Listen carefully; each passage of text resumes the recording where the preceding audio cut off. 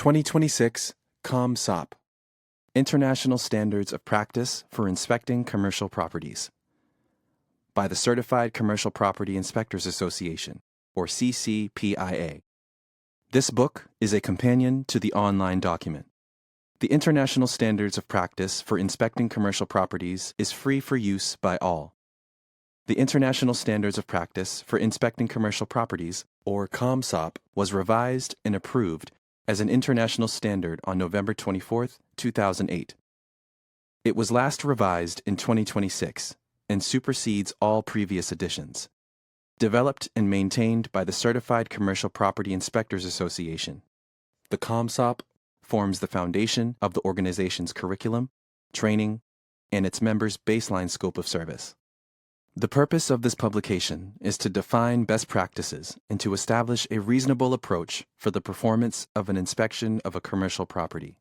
To order additional training books, visit www.inspectoroutlet.com.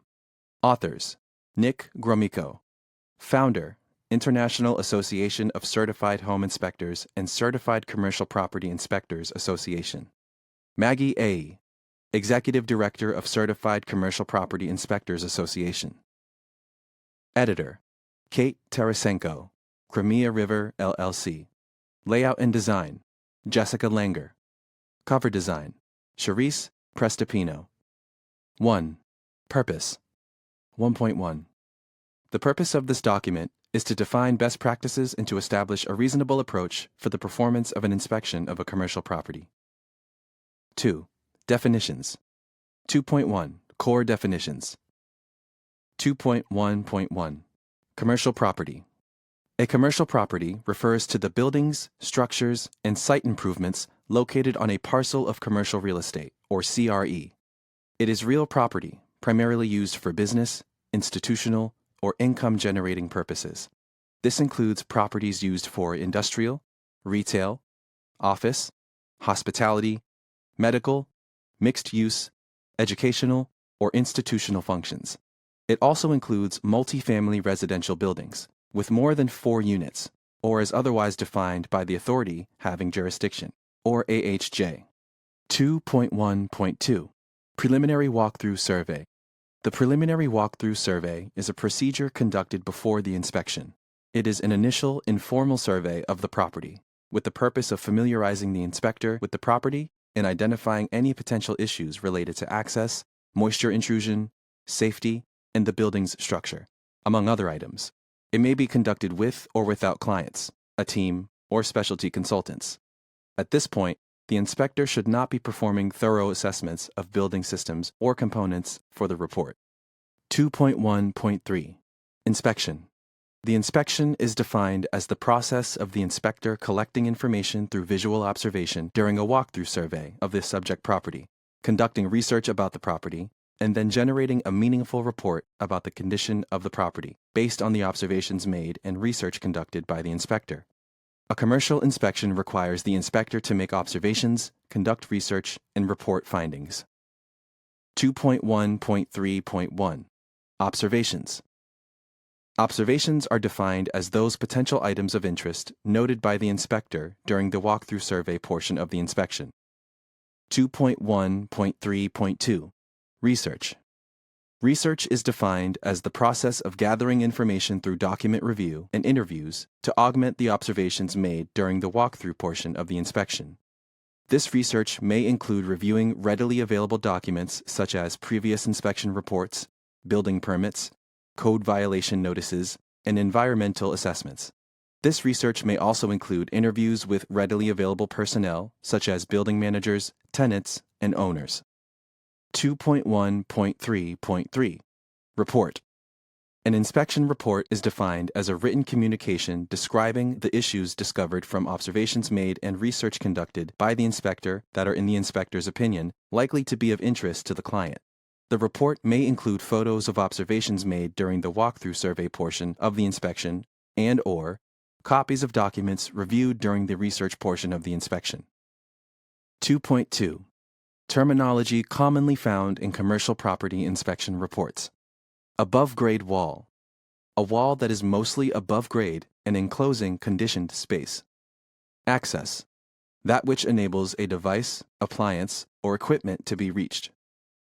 Access panel, a closure device used to cover an opening into a duct, an enclosure, or equipment.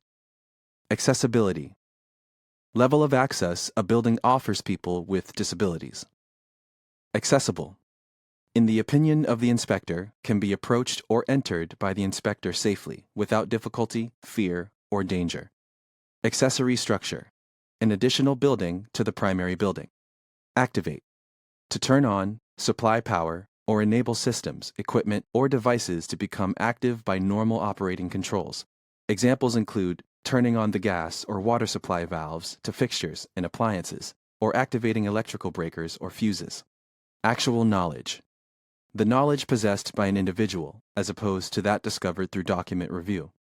Cooking area, a space used for preparing food and equipped with cooking appliances, including commercial kitchens, residential unit kitchens, and break rooms. These require specific exhaust ventilation, fire protection, grease management, and wastewater drainage, depending on use and occupancy. Addition, an extension or increase in the conditioned space of a building. Adverse conditions, conditions that may be dangerous for the inspector and may limit the walkthrough survey portion of the inspection. Adversely affect, to constitute or potentially constitute a negative or destructive impact. Air intake, an opening in a building's envelope whose purpose is to allow outside air to be drawn in to replace inside air. Aisle, an exit access component that provides a path of egress travel. Alarm signal, a signal indicating an emergency, such as a fire requiring immediate action. Alarm system, warning devices installed or freestanding, including but not limited to carbon monoxide detectors, flue gas and other spillage detectors, security equipment, ejector pumps, and smoke alarms. Alteration, any construction or renovation to an existing structure other than a repair or addition, also a change in a mechanical system. Appliance, utilization equipment, generally other than industrial, that is installed or connected as a unit to perform one or more functions. Approved, acceptable to the authority having jurisdiction, or AHJ. Also, accepted by an internationally recognized organization, such as CCPIA. Arc fault circuit interrupter, or AFCI, a device intended to provide protection from the effects of arc faults by recognizing characteristics unique to arcing and by functioning to de-energize the circuit when an arc fault is detected. Authority having jurisdiction, or AHJ, an organization, office, or individual responsible for enforcing the requirements of a code or standard, or for approving equipment, materials, an installation, or a procedure. The AHJ is often the building owner, health department, insurance agent, or fire marshal. Automatic, that which provides a function without the necessity of human intervention. Automatic fire extinguishing system, a system of devices and equipment that automatically detects a fire and discharges in an attempt to put it out. Automatic sprinkler system, an automated sprinkler system for fire protection purposes. Balcony, exterior floor projecting from and supported by a structure without additional independent supports. Band joist, dimensional lumber used as a perimeter joist of the building framing. Basement, that portion of a building which is partly or completely below grade. Basement wall, a wall of a building that is mostly below grade. Bathroom, a room containing plumbing fixtures, such as a water closet, urinal, bathtub, and/or shower. Bedroom, a room used for sleeping purposes. Bidet, a toilet-like plumbing fixture designed to promote posterior hygiene, not a toilet.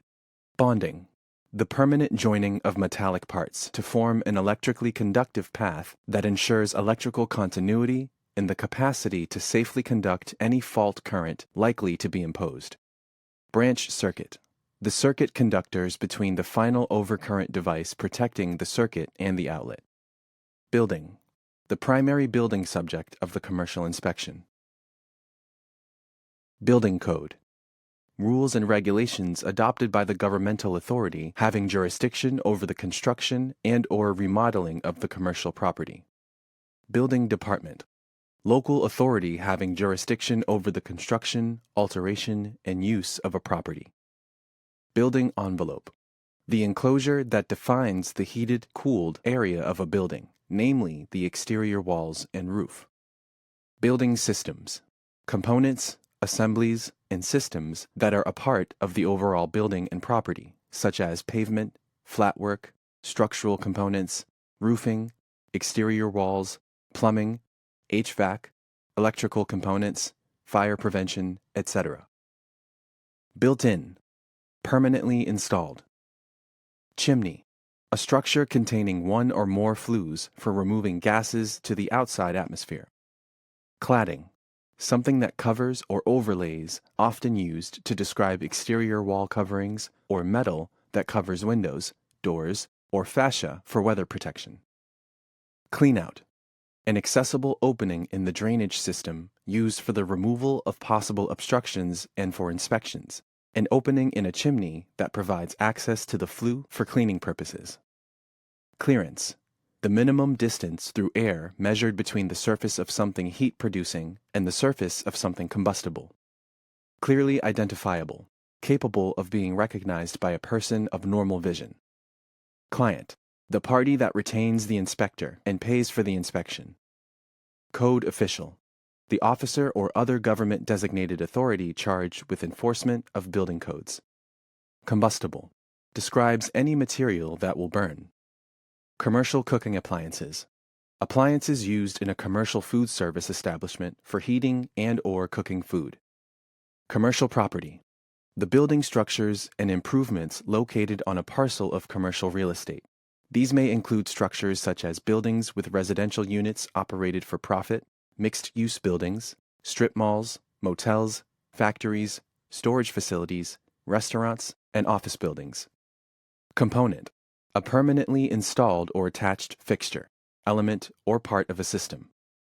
Concealed, rendered inaccessible by the structure or finish of the building. Wires in concealed raceways are considered concealed, even though they may become accessible by withdrawing them. Condition, the plainly visible and conspicuous state of being of a material object or thing. Conditioned space, an area or room within a building being heated or cooled. Connector, the pipe that connects a fuel-burning appliance to a chimney. Construction cost estimates, or CCE, a collection of repair and replacement estimation costs gathered from a reputable source that considers current, local, and seasonal prices for labor, time, equipment, and materials. Consultant, a person with particular expertise in a subject who assists the inspector with portions of the inspection. Contamination, an impairment of the quality of the potable water. Cooking area, a space used for preparing food and equipped with cooking appliances, including commercial kitchens, residential unit kitchens, and break rooms. These require specific exhaust ventilation, fire protection, grease management, and wastewater drainage, depending on use and occupancy. Cost to remedy, an opinion of the cost to address physical deficiencies observed during an inspection, based on suggested remedies such as repair or replacement. It helps clarify the condition of the property and provides an initial indication of the funds that may be required to perform the remedies. Crawl space, the area within the confines of the foundation and between the ground and the underside of the lowest floor's structural component. Cross connection, any connection between two otherwise separate piping systems, one of which contains potable water and the other that contains something that could contaminate the potable water.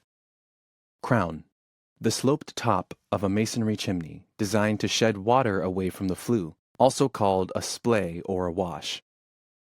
Damper, a valve or plate for controlling draft or flow of gases, including air, in a vent or ductwork, a manually operated plate for controlling draft in a flue. Deck, exterior floor system supported on at least two opposing sides by an adjoining structure and/or post, piers, or other independent supports. Decorative, ornamental, not required for the operation of essential systems and components of a building. Defensible space, an area around a building designed to slow the rate of an advancing wildfire. Deferred maintenance, maintenance and repairs that were not performed when scheduled or needed, and have been postponed to a future date. This often leads to a decline in the condition or performance of building systems, components, equipment, or building envelope, and may require corrective action to restore function or prevent further decline. Deferred maintenance items. Deficient items that cannot be remedied with routine maintenance, generally caused by neglect, and requiring attention before escalating into failures or causing a significantly adverse impact. Describe. To report in writing a system or component by its type or other observed characteristics to distinguish it from other components used for the same purpose. Destructive. An act of demolishing, damaging, or probing any system, structure, or component, or to dismantle any system or component that would not be taken apart by an ordinary person in the course of normal maintenance. Determine. To arrive at an opinion or conclusion pursuant to examination. Disconnected. Shut down. Dismantle. To open, take part, or remove any component, device, or piece that would not typically be opened, taken apart, or removed by an ordinary occupant. Duct. A passageway, tube, or conduit utilized for the transmission of air and vapors. Due diligence. A level of care in the inspection process that varies depending on the scope of work agreed upon by the inspector and his or her client. Dwelling unit. A single unit providing complete, independent living facilities, including permanent provisions for living, sleeping, eating, cooking, and sanitation. Easement. That portion of land or a property reserved for use by a person or agency other than the owner of the property. Easily visible. Describes systems, items, and components that are both conspicuous and in plain sight, absent of the need for intrusive inspection techniques, probing, disassembly, or the use of special equipment. Egress. A means of exiting. Emergency shut-off valve. A valve designed to shut off the flow of gases or liquids. Energy analysis. A method for estimating the annual energy use of a building. Energy recovery ventilation system. A system that uses air-to-air heat exchangers to recover energy from exhaust air for the purpose of preheating or pre-cooling outdoor air prior to supplying the air to an interior space. Engineering service. Any professional service or creative work requiring engineering education, training, and experience in the application of special knowledge of the mathematical, physical, and engineering sciences to such professional service or creative work as consultation, investigation, evaluation, planning, design, and/or supervision of construction for the purpose of assuring compliance with the specifications and design in conjunction with structures, buildings, machines, equipment, works, and/or processes. Enter. To access or go into an area to observe visible components. Evaluate. To assess the systems, structures, and/or components of a building. Evidence. Plainly visible and conspicuous material objects or other things presented to the senses that would tend to produce conviction in the mind of an ordinary person as to the existence or non-existence of a fact. Examine. To visually examine. To look for and identify material, physical deficiencies in systems, structures, or components of a building through a non-intrusive physical inspection. See Inspect. Existing. Buildings, facilities, or conditions that are already in existence. This standard is designed to be used to inspect existing commercial properties. Exit discharge. The portion of a means of egress between the termination of an exit and a public way. Exposed. Capable of being inadvertently touched by a person because it is not suitably guarded, isolated, or insulated. Exterior property. The open space on the property. Exterior wall. An outside wall of a building, either above or below grade. Extermination. The control or elimination of insects, rats, vermin, or other pests. Fenestration. Products with glass and non-glass glazing materials, including skylights, roof windows, vertical windows, opaque doors, and glazed block. Fire apparatus access road. A road, fire lane, public street, private street, or parking lot lane that provides access from a fire station to a facility. Fire code official. The fire chief or other authority charged with the enforcement of a code. Fire Department Master Key, a special key carried by fire department officials that will open key boxes on commercial properties. Fire Resistance Rating, the time that materials or assemblies can withstand fire exposure. Fireplace Lintel, a horizontal, non-combustible member that spans the top of the fireplace opening. Firewall, a wall separating buildings or subdividing a building to prevent the spread of fire. Fixture, component. Flood level rim, the edge of a fixture from which water overflows. Floor area gross, the floor area within the inside perimeter of the exterior walls. Floor area net, the actual occupied area not including accessory areas such as corridors, stairways, restrooms, mechanical rooms, and closets. Flue, a passage through which gases move from the fire chamber to the outer air. Foundation, the base upon which the structure or wall rests, usually masonry, concrete, or stone, and generally partially underground. Function, the action for which an item, component, or system is specially fitted or used, or for which an item, component, or system exists to be in action or perform a task. Functional, performing or able to perform a function. Functional drainage, the emptying of a plumbing fixture in a reasonable amount of time without overflow when another fixture is drained simultaneously. Functional flow, a reasonable flow of water supply at the highest and farthest fixture from the building main when another fixture is operated simultaneously. Further evaluation, a degree of examination beyond that of a typical and customary non-intrusive physical examination. Fusible link, a form of fixed temperature heat detecting device sometimes used to restrain the operation of an electrical or mechanical control until a certain temperature is reached, usually signifying a fire. Garbage, the animal or vegetable waste resulting from preparation or consumption of food. Grease, animal fat, vegetable shortening, or oil used in preparing food or resulting from cooking. Grounded, connected to the earth or to some conducting body that serves in place of the earth. Grounded effectively, intentionally connected to the earth through a ground connection or connections of sufficiently low impedance and having sufficient current carrying capacity to prevent the buildup of voltages that might otherwise result in undue hazards to connected equipment or to persons. Ground Fault Circuit Interrupter, or GFCI, a device intended for the protection of personnel that functions to de-energize a circuit.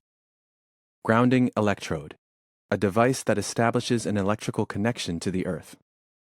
Habitable space, space in a structure for living, sleeping, eating, and/or cooking. Bathrooms, closets, halls, storage areas, and utility spaces are not considered habitable spaces.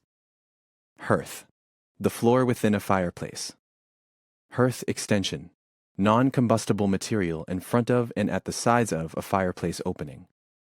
Heated slab, slab on-grade construction in which the heating elements are placed within or under the slab. Hood, a device that directs and captures grease-laden vapors and gases from a cooking appliance. Humidistat, a device used to automatically control relative humidity. Identify, to notice and report.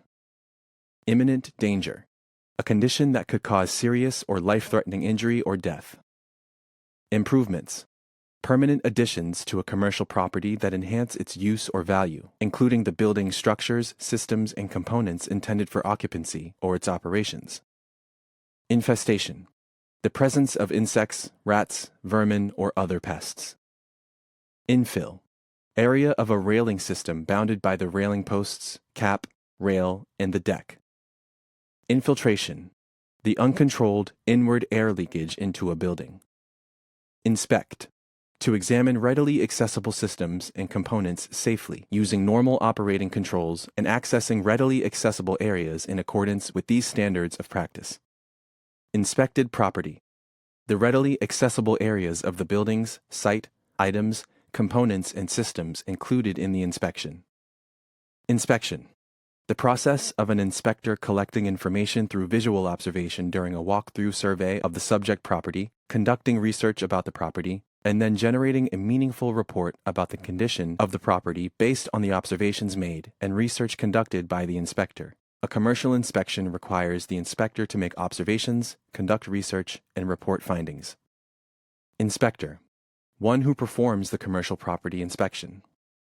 Installed: attached or connected such that the installed item requires a tool for removal. Interview: to discuss with those who have knowledge about the subject property. Intrusive, destructive. Inventory: documentation of permanently installed systems and components noted by the inspector during the walkthrough survey of the inspection. An inventory may or may not include their condition, but, at minimum, notes their presence, such as type, manufacturer, or model where applicable. Keybox: a lockable device that permits the fire department to access the building in an emergency. Labeled: devices, equipment, and materials to which have been affixed a label, seal, symbol, or other identifying mark of product evaluation. Ledger: dimensional lumber attached to the building framing and used for supporting the section of a deck adjacent to the building. Life expectancy: average function time in years assuming regular maintenance. Listed: equipment, materials, or services included in a list published by an organization that is acceptable to the authority having jurisdiction, or AHJ, and concerned with evaluation of products or services that maintains periodic inspection of production of listed equipment or materials, or periodic evaluation of services, and whose listing states that the equipment, material, or service meets appropriate designated standards, or has been tested and found suitable for a specified purpose. Luminaire: a lighting fixture or device that provides artificial light. Mantle: a shelf or horizontal ornament above a fireplace opening. Manual: capable of being operated by a person. Material: having significant importance, as in material defect. This term is reserved for describing things of significant importance. Material defect: a condition of a commercial property or any portion of it that would have a significantly adverse impact on the value of the real property, or that involves unreasonable risk to people on the property. The fact that a structural element, system, or subsystem is near, at, or beyond the end of the normal useful life of such a structural element, system, or subsystem is not by itself a material defect. Means of egress: a continuous and unobstructed path out of a building to a public way. Mezzanine: a semi-permanent, freestanding stair-index system, typically constructed of fiberglass grating, heavy-duty steel, and/or aluminum, and installed between two permanent or original floors within an industrial or commercial building in order to provide an open space on and under which can be created informal office areas, storage for inventory, tools, and industrial equipment, etc. Mold: a form of fungus. Some molds can cause disease in humans. Non-combustible: a substance that will not burn when subjected to fire. Normal operating controls: devices, such as thermostats, that would be operated by ordinary occupants and requiring no specialized skill or knowledge. Observations: those potential items of interest noted by the inspector during the walkthrough survey portion of the inspection. Observe: to visually notice. Obvious: a condition or fact not likely to be ignored or overlooked. Occupancy load: the number of people permitted in a building based on the means of egress. Occupant: any individual living, sleeping, or having possession of a space within a building. Operate: to cause systems to function or turn on with normal operating controls. Operational: systems or components capable of being safely operated. Oral consultation: a limited visual inspection of specific systems, structures, or components of a building where no written report is prepared by the inspector, and the inspector's findings, opinions, conclusions, and recommendations are orally communicated by the inspector to the client. Outdoor structure: a freestanding or attached structure, such as a deck, porch, balcony, or terrace that provides occupants or guests with an exterior space designed for its intended use. Owner: any person, agent, operator, firm, or corporation having a legal or equitable interest in a property. Panel board: a panel including buses and automatic overcurrent devices designed to be placed in a cabinet accessible only from the front. Permanent means of access. A structure that is permanently attached to the building to provide safe access to an area, such as a fixed ladder. Permanently installed. Fixed in place, i.e., screwed, bolted, or nailed, as distinct from components, systems, or appliances considered portable or freestanding. Phase I. A type of fireplace and chimney inspection that exceeds the standards required by a traditional home inspection. Physical deficiency. A major defect, a significant deferred maintenance item, or a component or system that has exhausted most or all of its remaining useful life, regardless of its actual life expectancy, or a safety concern, or anything that could potentially cause the need for an expensive repair. Pitch. Angle or inclination, usually of a roof. Plenum. An air compartment or chamber that connects one or more ducts and forms part of an air distribution system. Porch. An elevated, roofed open area attached to a building or other structure, usually at an entrance to the structure. Premises. A lot, plot, parcel of land, property, or building. Pressure drop. The loss in pressure due to friction or obstruction in pipes, valves, fittings, regulators, and burners, and the length of pipes and the number of elbows. Pressure regulator. A device placed in a gas line for reducing, controlling, and maintaining the pressure downstream of the device. Preventative maintenance. A proactive strategy for building maintenance that aims to keep the building and its systems, components, and equipment in good working order and condition, prevent unexpected failures, and prolong life expectancy. It typically includes regular inspections and routine servicing at scheduled intervals based on time, usage, or manufacturer recommendations. Primary building. A building that an inspector has agreed to inspect, including all accessory buildings, with the exception of the primary parking structure. Primary parking structure and surfaces. A building and appurtenant surfaces for the purpose of vehicle storage associated with the primary building. Proposal.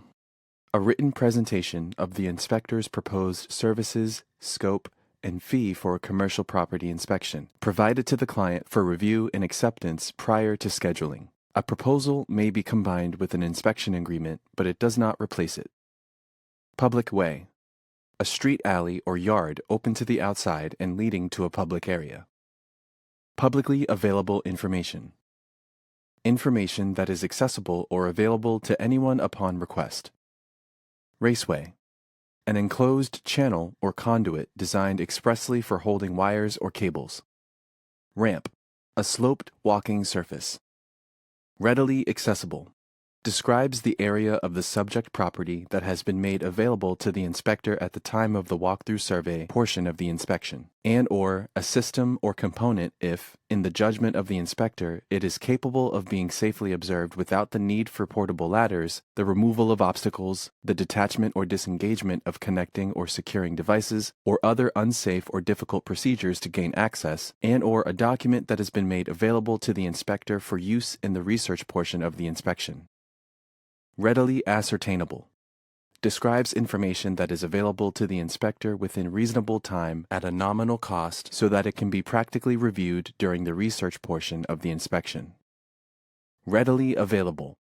Describes the information, personnel, and documents that are made available quickly to the inspector.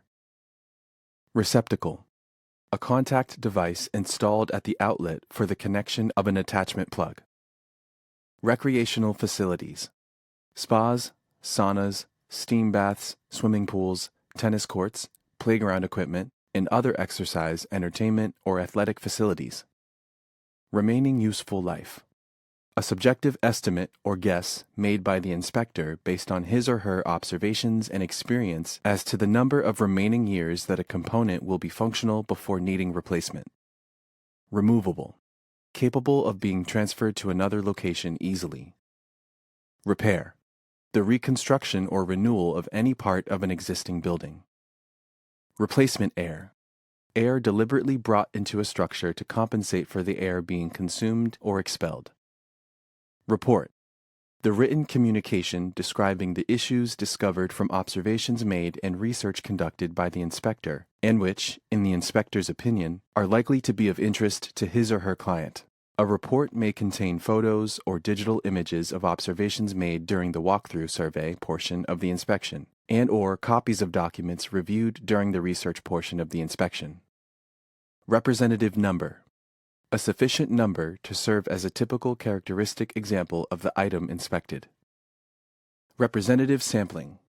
A small quantity of components of any system or structure that are enough like others in its class or kind to serve as an example of its class or kind. Research.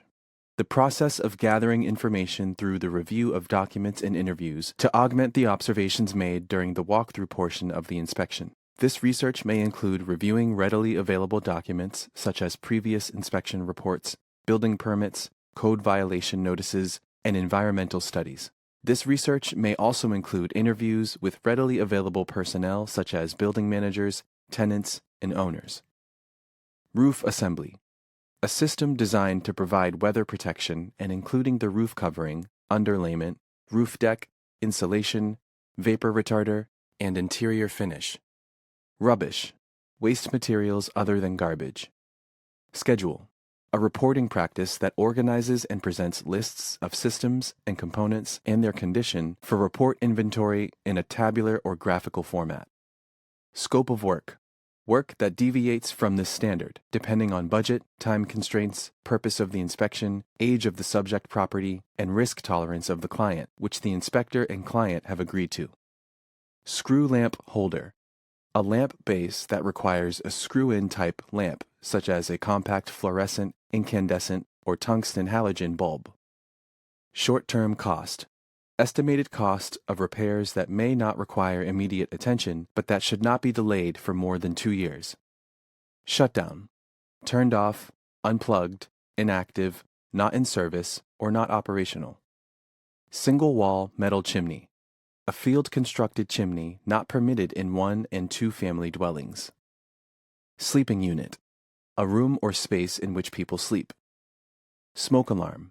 A single or multiple alarm responsive to smoke and not connected to a sprinkler system. Smoke detector. A device that senses particles of combustion. Solid fuel. Wood, coal, pellets, and other materials that can be burned for heat. Special or specialty consultant.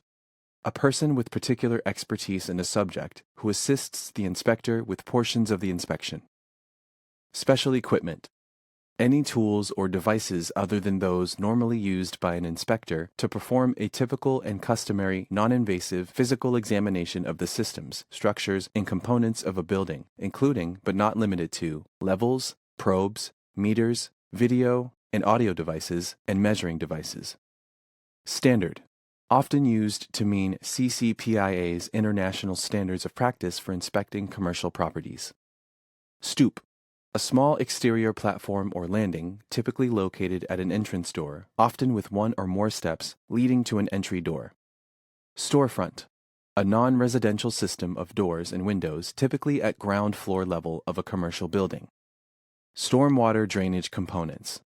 The visible parts of a site's drainage system that help manage rainwater runoff, including roof drainage components, catch basins, site grading, and other inlets and outlets that direct water away from the building. Structural component. A component that supports the building's dead and live loads. Structural stability. Obvious and observable conditions related to the alignment, movement, or deformation of a structure or its components, such as visible deviations from plumb, level, square, or straight. This does not represent a determination of the adequacy of any structural system or component, an assessment of structural integrity, or a substitute for an engineering evaluation. Structure. An assemblage of various systems and components that function as a whole. Subject property. The commercial property that is the subject of the inspection. Suggested remedy. An opinion offered as to a course of action to repair a deficiency. Suggested remedies are outside the scope of a commercial inspection. Sump. A tank or pit that receives sewage or wastewater typically located below the drain system, and so must be emptied by mechanical means. Sump pump. an automatic water pump powered by a motor and typically controlled by a float for the removal of wastewater from a sump pit. System, an assembly of various components that function as a whole. Technically exhaustive, a comprehensive and detailed examination beyond the scope of a commercial property inspection that might involve, but would not be limited to, specialized knowledge or training, special equipment, measurements, calculations, testing, research, analysis, meters, scaffolding, dismantling, probing, or troubleshooting. Also, where the cost of obtaining information or the time required to conduct a portion of the inspection and prepare that portion of the inspection report could outweigh the likely usefulness of the information obtained, or could be detrimental to the orderly and timely completion of the client's transaction. Terrace, an elevated open area and attached outdoor space either on the building rooftop or above grade level. Thermostat, an automatic control device used to maintain temperature at a set point. Thimble, the tube or lining through a wall that a connector passes through to enter a flue or that a flue passes through to exit a roof. Timely access, access to the subject property and documentation required by the inspector to perform the inspection. Toilet room, a room containing a water closet or urinal, but not a bathtub or shower. Trap, a fitting that provides a liquid seal to prevent the emission of sewer gases and odors. Tree crown, the branches growing out from a tree, including twigs and foliage. Unfinished spaces, areas not intended for habitation or regular occupancy, including those used for warehouse, industrial, or other intended business operations in spaces under construction. These spaces typically lack general finish materials and may also include attics, basements, crawl spaces, plenums, and under-roof areas. Unit identifier, a label or placard on MEP equipment and its related components that indicate its reference details, which may include numbers, letters, or a combination thereof, as assigned by the building owner, manager, or maintenance personnel.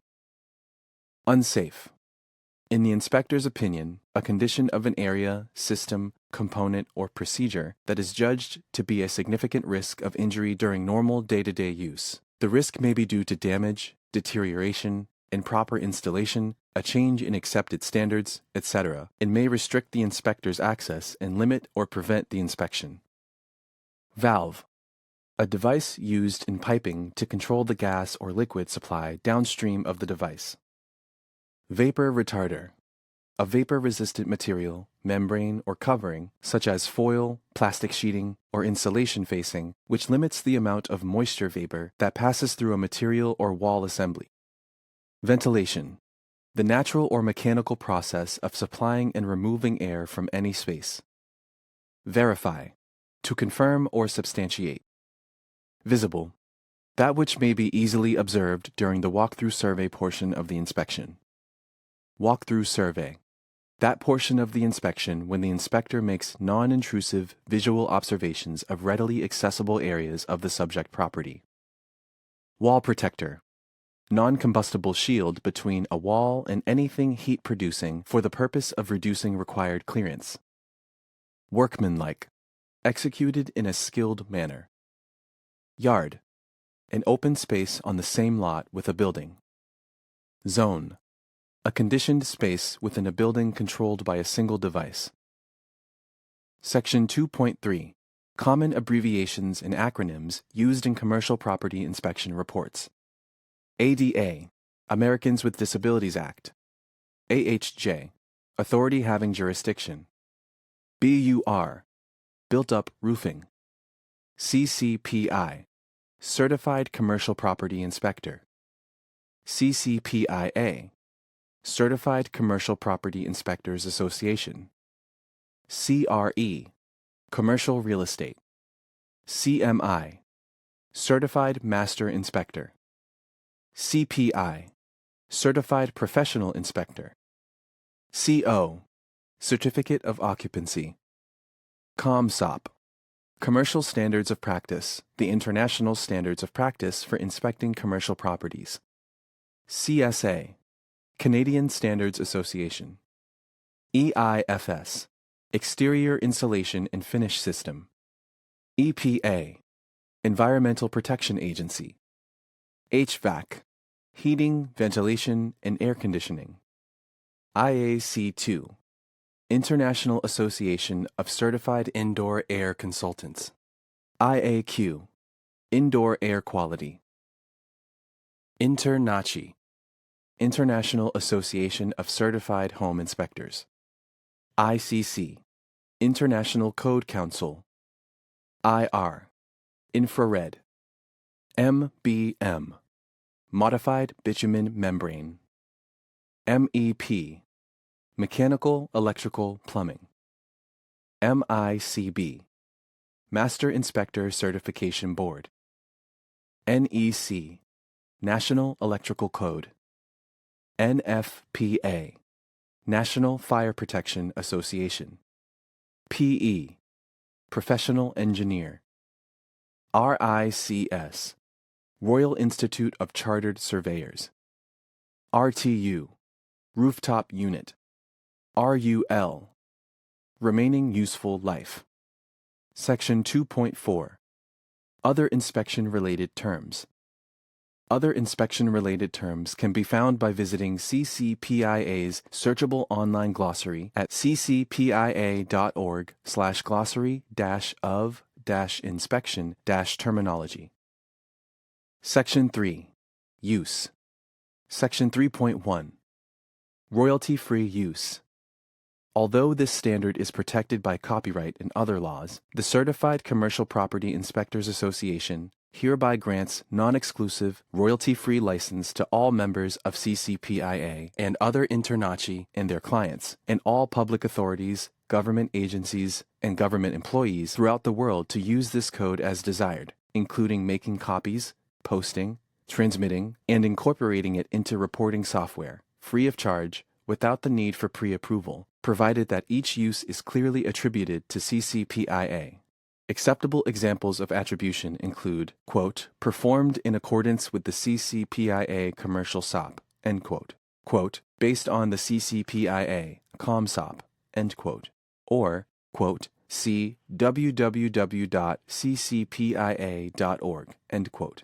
Nothing in this license shall preclude CCPIA from modifying this standard, and users should regularly check for the latest version at ccpia.org, which supersedes earlier versions.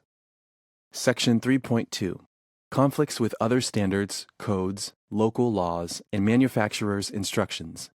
There likely exist other standards, codes, local laws, and manufacturers' instructions that differ or are in conflict with this standard and with each other. Although this standard does not require an inspector to know or discover all the provisions that may pertain to every situation, this standard does require an inspector, if aware of such conflicts, to author the inspection report based on the requirements that provide the greatest protection of life and property in the inspector's judgment. This standard is not intended to usurp or abridge adopted codes or ordinances. Section 3.3, Substantial Compliance.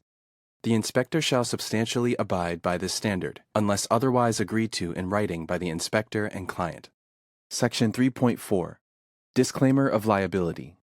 CCPIA administers the process and the development of its standards. CCPIA does not independently test, evaluate, or verify the accuracy of any information or the soundness of any judgments contained in its standards.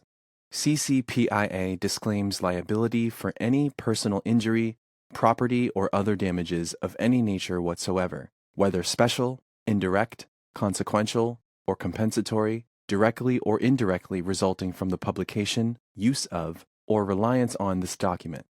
CCPIA also makes no guarantee or warranty as to the accuracy or completeness of any information published herein. Anyone using this document should rely on his or her own independent judgment, or, as appropriate, seek the advice of a competent professional in determining the exercise of reasonable care in any given circumstances. Section 4, Inspection. Section 4.1, Objective.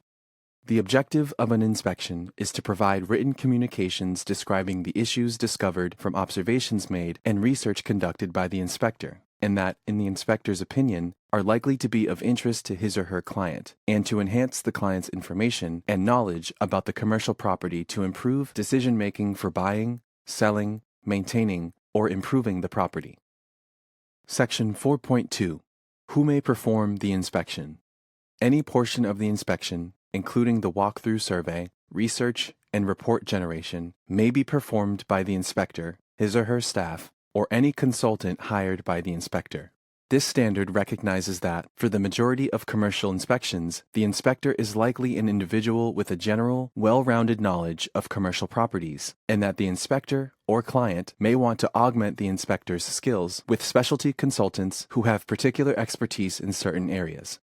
The decision to hire specialty consultants will, of course, rely on budget and time constraints, as well as the risk tolerance of the client. Section 4.3.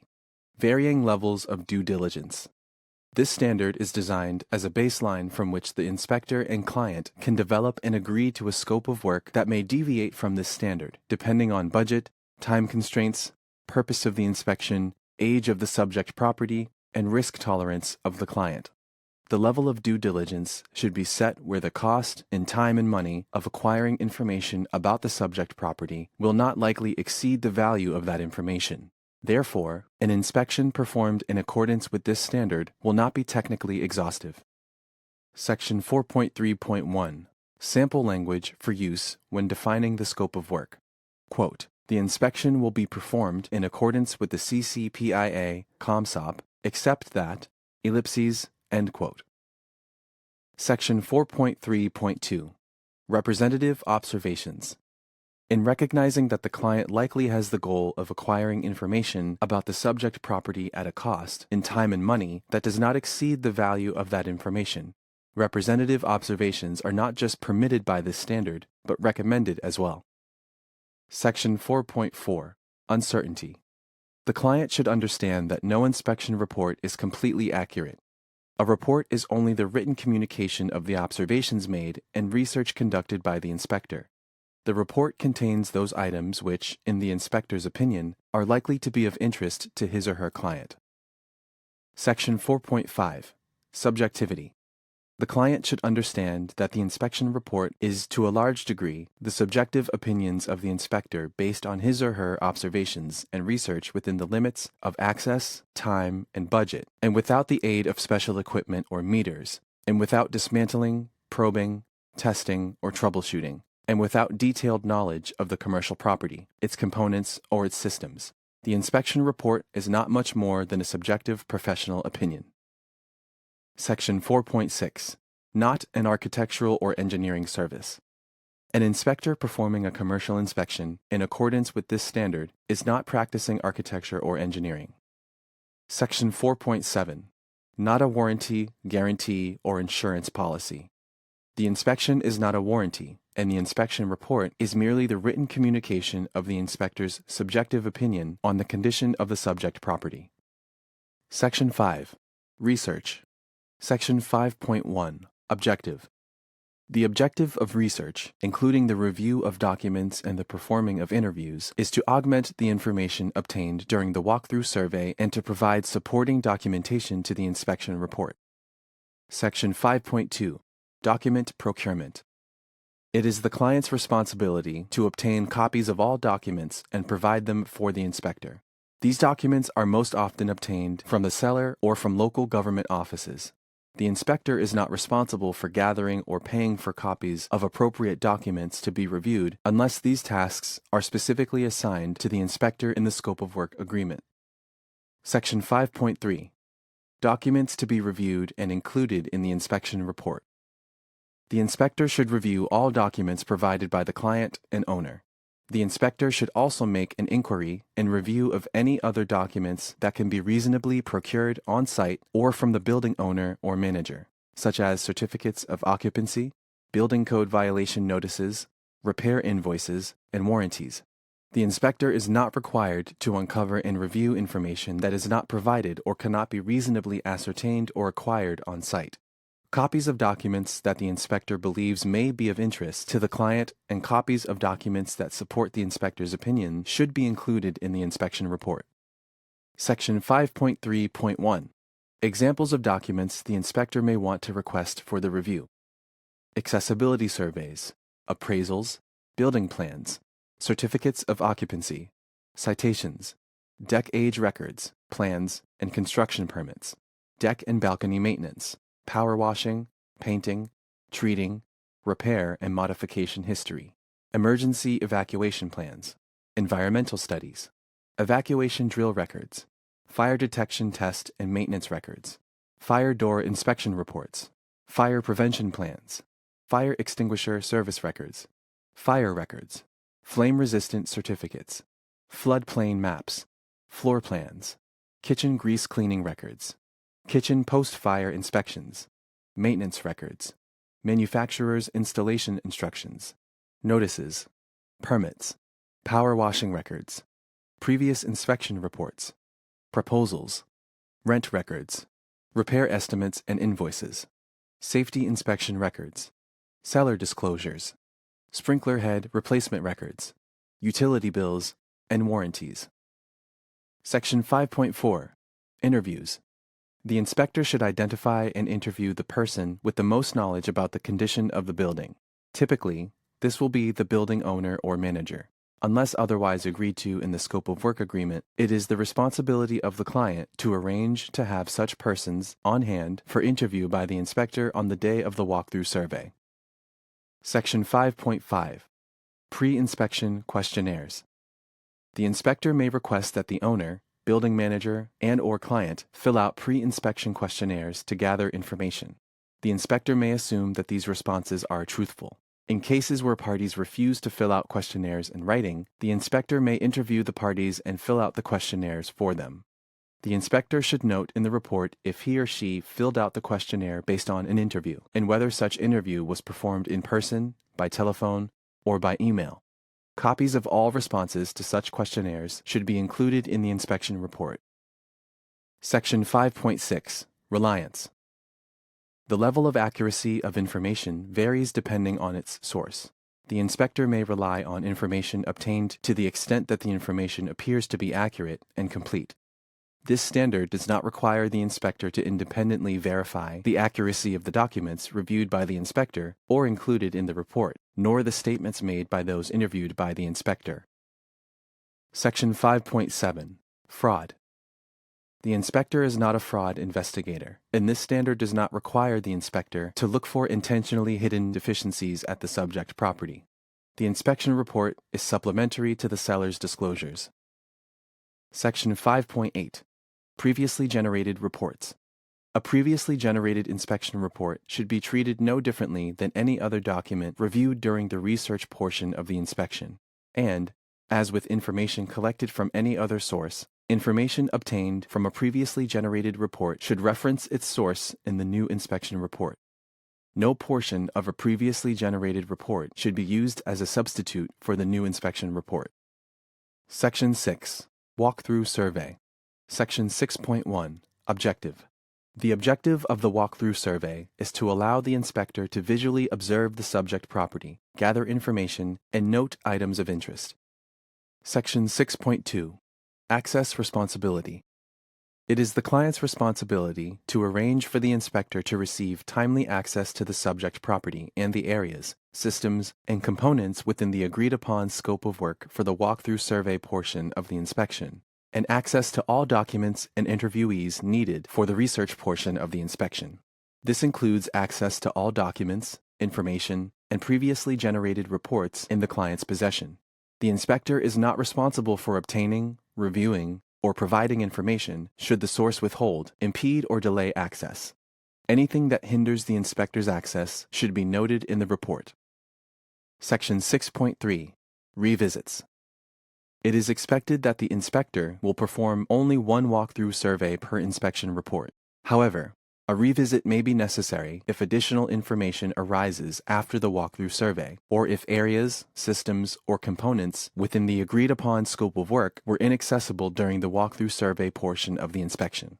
Revisits may be subject to additional charges or fees agreed to in writing by the inspector and the client. Section 6.4. Inspector Safety. It is the responsibility of the inspector to perform the walkthrough survey safely. Section 6.5. Observations. Section 6.5.1. Roof surface. 1. The inspector should inspect from ground level or the eaves or rooftop if a rooftop access door exists. A. The roof covering. B. For the presence of exposed membrane. C. Slopes. D. For evidence of significant ponding. E. The gutters, downspouts, and roof drainage systems. F.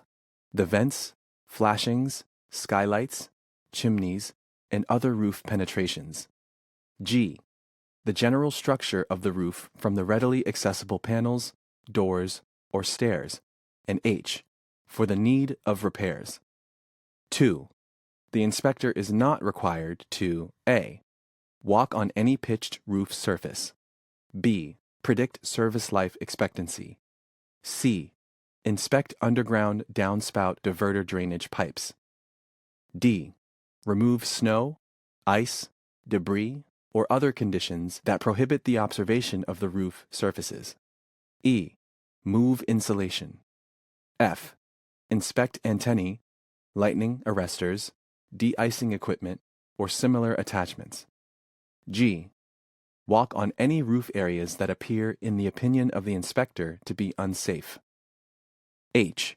Walk on any roof areas if it might, in the opinion of the inspector, cause damage. I. Perform a water test. J. Warrant or certify the roof. K. Walk on any roofs that lack rooftop access doors. Section 6.5.2. Exterior. 1. The inspector should inspect A. The exterior wall covering and associated flashing. B. Proper ground clearance from wall covering. C.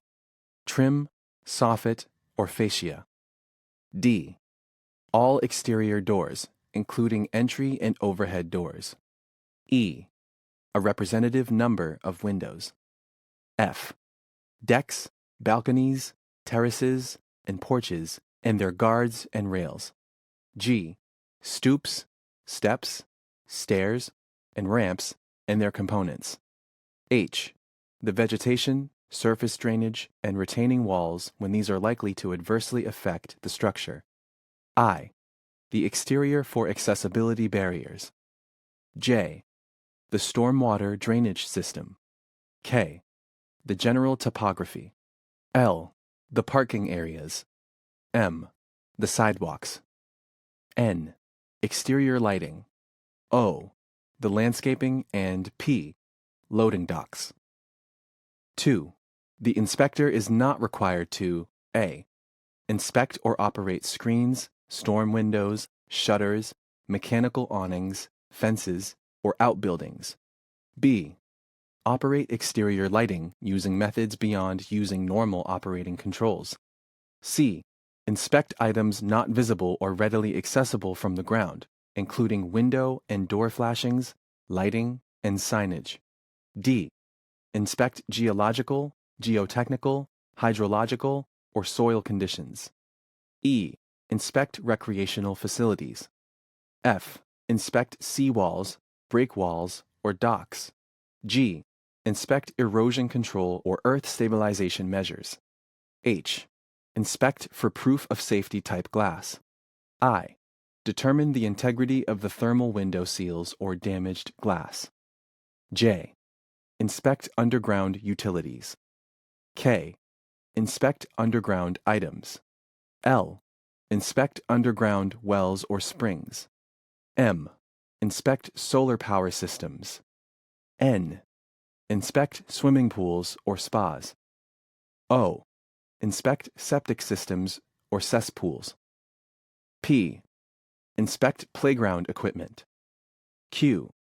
Inspect lawn sprinkler systems. R. Inspect drain fields or dry wells. S. Inspect manholes. T. Operate or evaluate remote control devices, or test door or gate operators. U. Operate leveling devices or other loading dock controls or appurtenances. Section 6.5.3. Decks, balconies, terraces, and porches. 1. The inspector should inspect A. All decks, balconies, terraces, and porches. B.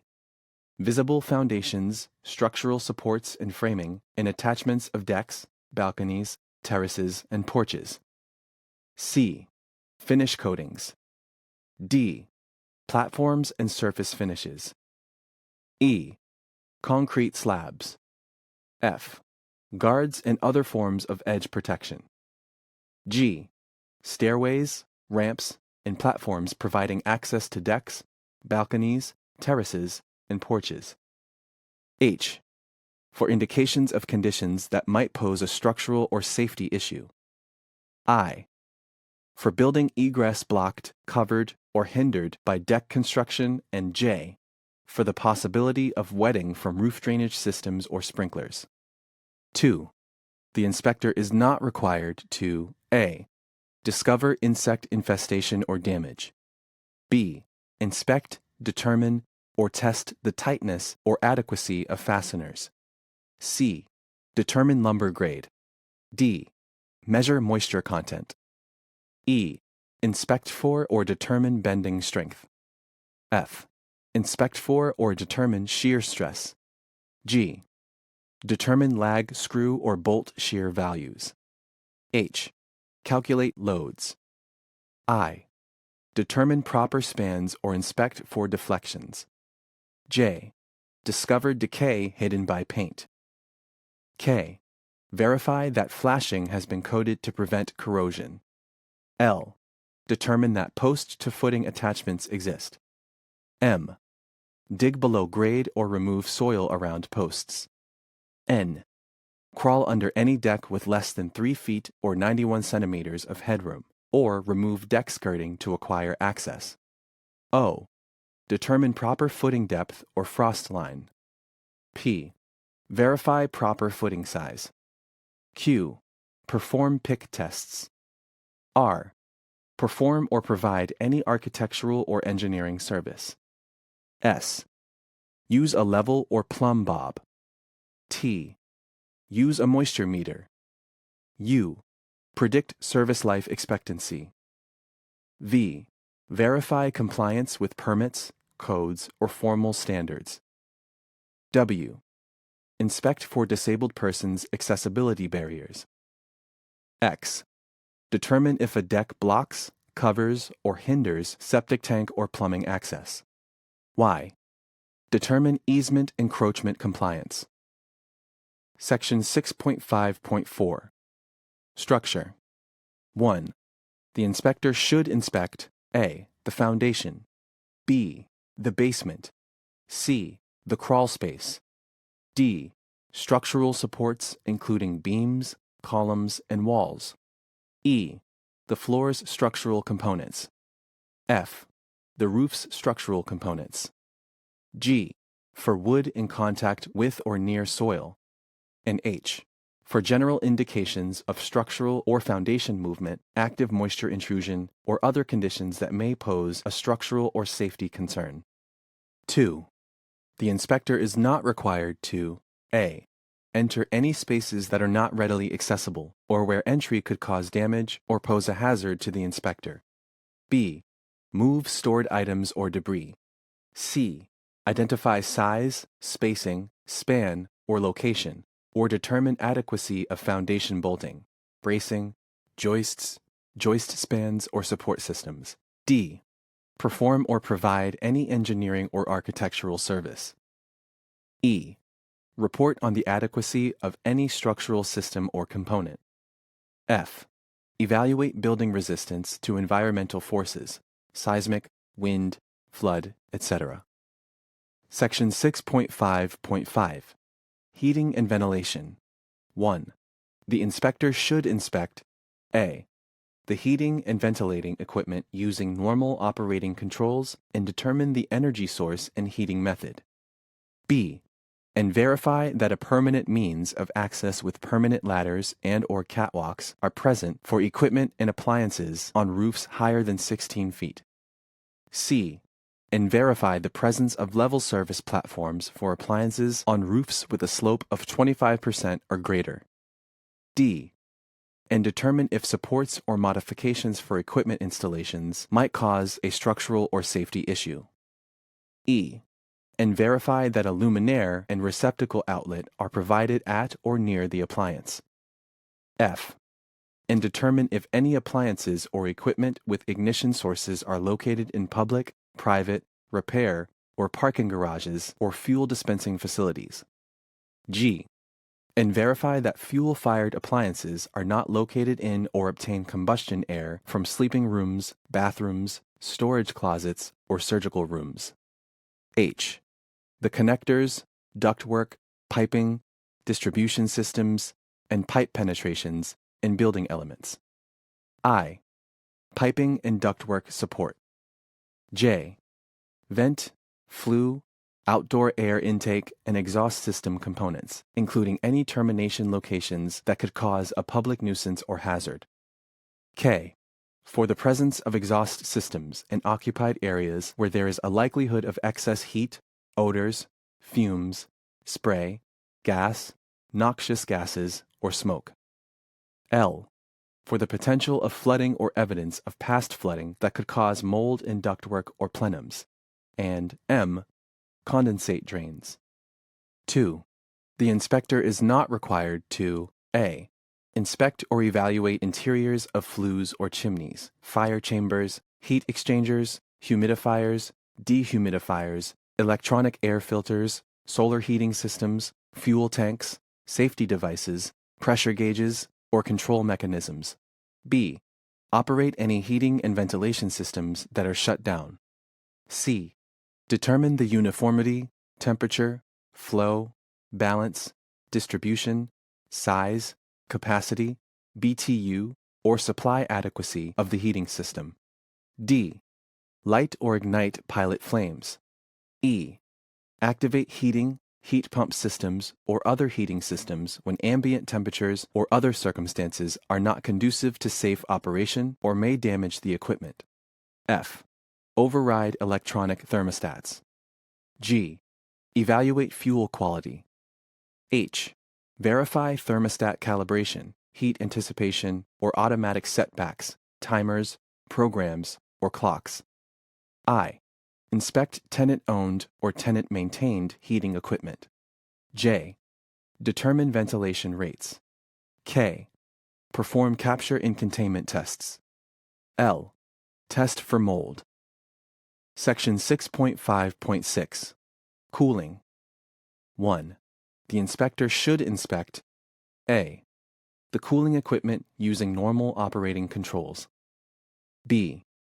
Multiple air conditioning compressor installations, such as at buildings with multiple tenant spaces, and verify that each compressor is clearly and permanently identified with the respective space it serves or a unit identifier.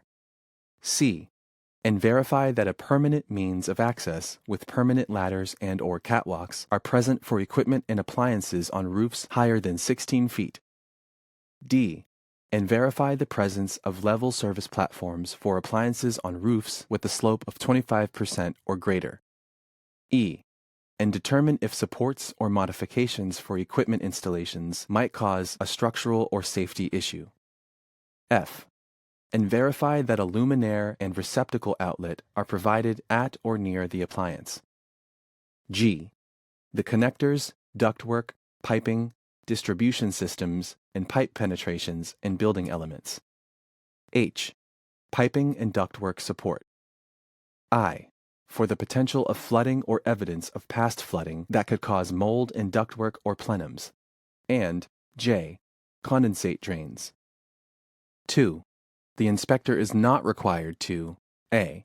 Inspect or test compressors, condensers, vessels, evaporators, safety devices, pressure gauges, or control mechanisms. B. Operate any cooling systems that shut down. C. Determine the uniformity, temperature, flow, balance, distribution, size, capacity, BTU, or supply adequacy of the cooling system. D. Inspect window units through wall units or electronic air filters. E. Operate equipment or systems if the exterior temperature is below 60 degrees Fahrenheit. or 15.5 degrees Celsius, or when other circumstances are not conducive to safe operation or may damage the equipment. F. Inspect or determine thermostat calibration, heat anticipation, or automatic setbacks or clocks. G. Examine electrical current, coolant fluids or gases, or coolant leakage. H. Inspect tenant-owned or tenant-maintained cooling equipment. I. Test for mold. Section 6.5.7. Plumbing. 1. The inspector should inspect A. And determine whether the water supply is public or private. B. The visible portion of the main water service pipe to each building. C. The water meter for each building. D. And verify the presence of a main water shutoff valve for each building. E. And verify the presence of a backflow prevention device for the main water supply. F. And verify the presence of cleanouts for the drainage system. G. The visible portion of the drain, waste, and vent system. H. And determine if the property is connected to a public sewer or private septic system. I. The visible portion of the water distribution piping and verify the presence of shutoff valves. J. The water heater, including combustion air, venting, connections, energy source supply systems, and seismic bracing, and verify the presence or absence of temperature or pressure relief valves and/or Watts 210 valves. K. And flush a representative number of toilets. L. The condition of a representative number of plumbing fixtures and their operations for water flow and functional drainage, including mechanical drain stops that are missing or do not operate if installed in sinks, lavatories, and tubs. M.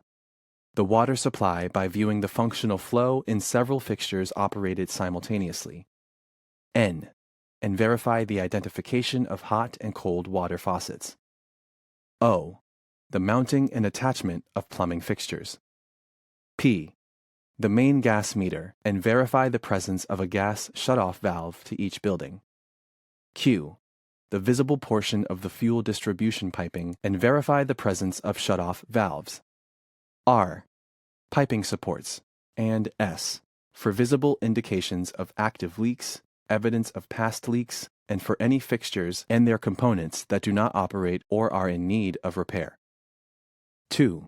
The inspector is not required to A. Determine the adequacy of the size of pipes, supplies, vents, traps, or stacks. B. Ignite pilot flames. C.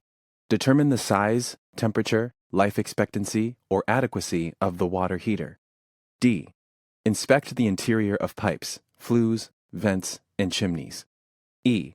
Inspect cleanouts, water softening or filtering systems, dishwashers, interceptors, separators, well pumps or tanks, safety or shutoff valves, whirlpools, swimming pools, floor drains, lawn sprinkler systems, booster pumps, and recirculation pumps. F. Inspect or test septic systems, ejector pumps, drain fields, dry wells, cesspools, wells, or springs.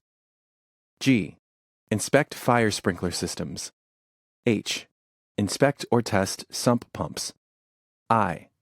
Determine the exact flow, rate, volume, pressure, temperature, or adequacy of the water supply.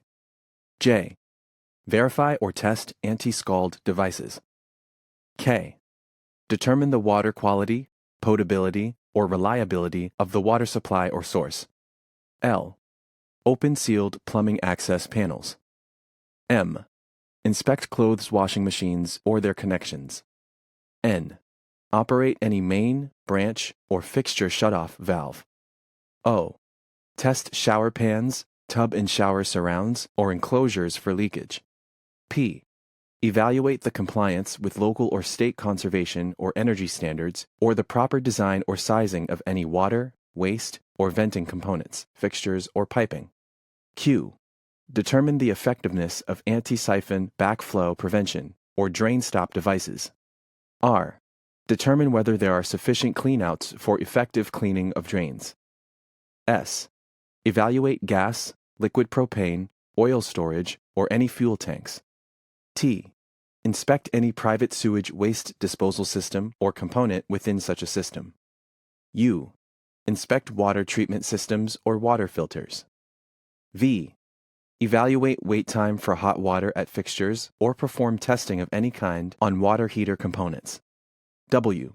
Evaluate or determine the adequacy of combustion air. X.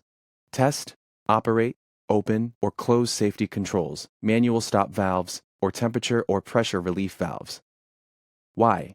Examine ancillary systems or components, such as, but not limited to, those relating to solar water heating or hot water circulation. Z. Determine the presence of polybutylene, lead, or similar piping materials that may affect potable water safety. Section 6.5.8. Electrical. The inspector should inspect A. The service drop or lateral. B. The meter socket enclosures. C. The service entrance conductors. D. The means for disconnecting the service main. E. The service entrance equipment. F. And determine the rating of the service amperage if labeled. G. And determine the overcurrent protection and disconnect of any readily accessible switchboard, switchgear, panel board, and transformer. H. Cable trays, raceways, conduit, busways, branch wiring, and distribution systems. I. Switchboards, switchgear, panel boards, transformers, and overcurrent devices, and verify lack of accessibility or working space, minimum 30 inches wide by 36 inches deep and 78 inches high in front of the panel, that would hamper safe operation, maintenance, or inspection. J. For the absence or illegible of labeling of panel boards or other electrical equipment. K. For circuit breaker panel openings that are not filled. L. For open junction boxes or open wiring splices. M. The service grounding and bonding where visible. N. And test a representative number of switches, lighting fixtures, and receptacles, including receptacles observed and deemed to be AFCI protected, using the AFCI arc fault circuit interrupter test button where possible. O. Inspect and test all ground fault circuit interrupter receptacles and GFCI circuit breakers observed and deemed to be GFCIs using a GFCI tester where possible. P. For the presence of flexible cords being improperly used as substitutes for the fixed wiring of a structure or running through walls, ceilings, floors, doorways, windows, or under carpets. Q. For physical damage, overheating, deterioration, or corrosion of electrical equipment, including service entrance equipment and the insulation or sheathing of service conductors. 2. The inspector is not required to A. Insert any tool, probe, or device into the main panel board, subpanels, distribution panel boards, or electrical fixtures. B. Operate electrical systems that are shut down. C. Remove panel board cabinet covers or dead fronts if they are not readily accessible. D. Operate over current protection devices. E. Operate smoke detectors, carbon monoxide detectors, or any other fixed wired safety devices. F. Measure or determine the amperage or voltage of the main service equipment if not visibly labeled. G. Inspect the fire or alarm system and components. H. Inspect ancillary wiring or remote control devices. I. Activate any electrical systems or branch circuits that are not energized. J. Operate or reset overload devices. K. Inspect low-voltage systems, electrical de-icing tapes, swimming pool wiring, or any time-controlled devices. L. Verify the adequacy of the service ground. M. Inspect private or emergency electrical supply sources, including, but not limited to, generators, windmills, photovoltaic solar collectors, or the battery or electrical storage facility. N. Inspect spark or lightning arresters. O. Inspect or test de-icing equipment. P. Conduct voltage drop calculations. Q. Determine the accuracy of labeling. R. Inspect tenant-owned equipment. S. Inspect or determine the ampacity or adequacy of flexible cords or extension cords. Section 6.5.9 Fireplaces. 1. The inspector should inspect A. Readily accessible and visible portions of fireplaces and chimneys, including hearth extensions and lintels. B. And determine the fuel source and verify the presence of shutoff valves of gas fuel. And C. The operation of damper doors and cleanout doors by opening and closing them if readily accessible and manually operable. 2. The inspector is not required to A. Inspect temporary or non-structural structures that are not permanently installed. B. Inspect the flue or vent system. C. Inspect the interior of chimneys or flues, fire doors or screens, seals or gaskets or mantles. D. Determine the need for a chimney sweep. E. Operate gas fireplace inserts. F. Light pilot flames. G. Operate or evaluate remote control devices. H. Inspect automatic fuel-fed devices. I. Inspect combustion or make-up air devices. J. Inspect heat distribution assists, whether gravity-controlled or fan-assisted. K. Ignite or extinguish fires. L. Determine draft characteristics. M. Move fireplace inserts, stoves, or firebox contents. N. Determine the adequacy of draft, perform a smoke test, or dismantle or remove any fireplace component. O. Perform an NFPA inspection. P. Perform a Phase 1 fireplace and chimney inspection. Q. Determine the appropriateness of any installation. Section 6.5.10 Ventilation and insulation of unfinished spaces. 1. The inspector should inspect A. The insulation in unfinished spaces, including under-roof areas, plenums, attics, crawl spaces, and basements. B. The ventilation of roof and attic spaces. C. The ventilation of crawl spaces, and D. For the presence of any visible ventilation components in unfinished spaces. 2. The inspector is not required to A. Inspect or enter the attic or any unfinished spaces that are not readily accessible, or where entry could cause damage or pose a safety hazard to the inspector, in his or her opinion. B. Move, touch, or disturb insulation. C. Move, touch, or disturb vapor retarders or barriers. D. Break or otherwise damage the surface finish or weather seal on or around access panels or covers. E. Identify the composition or exact R value of insulation material. F. Activate thermostatically operated fans. G. Determine the types of materials used in insulation or wrapping of pipes, ducts, jackets, boilers, or wiring. H. Use a moisture meter, thermal imaging, or similar equipment. I. Test for mold. J. Determine the adequacy of ventilation. Section 6.5.11 Doors, windows, and interior. 1. The inspector should inspect A. And open and close a representative number of doors and windows. B. The floors, walls, and ceilings. C.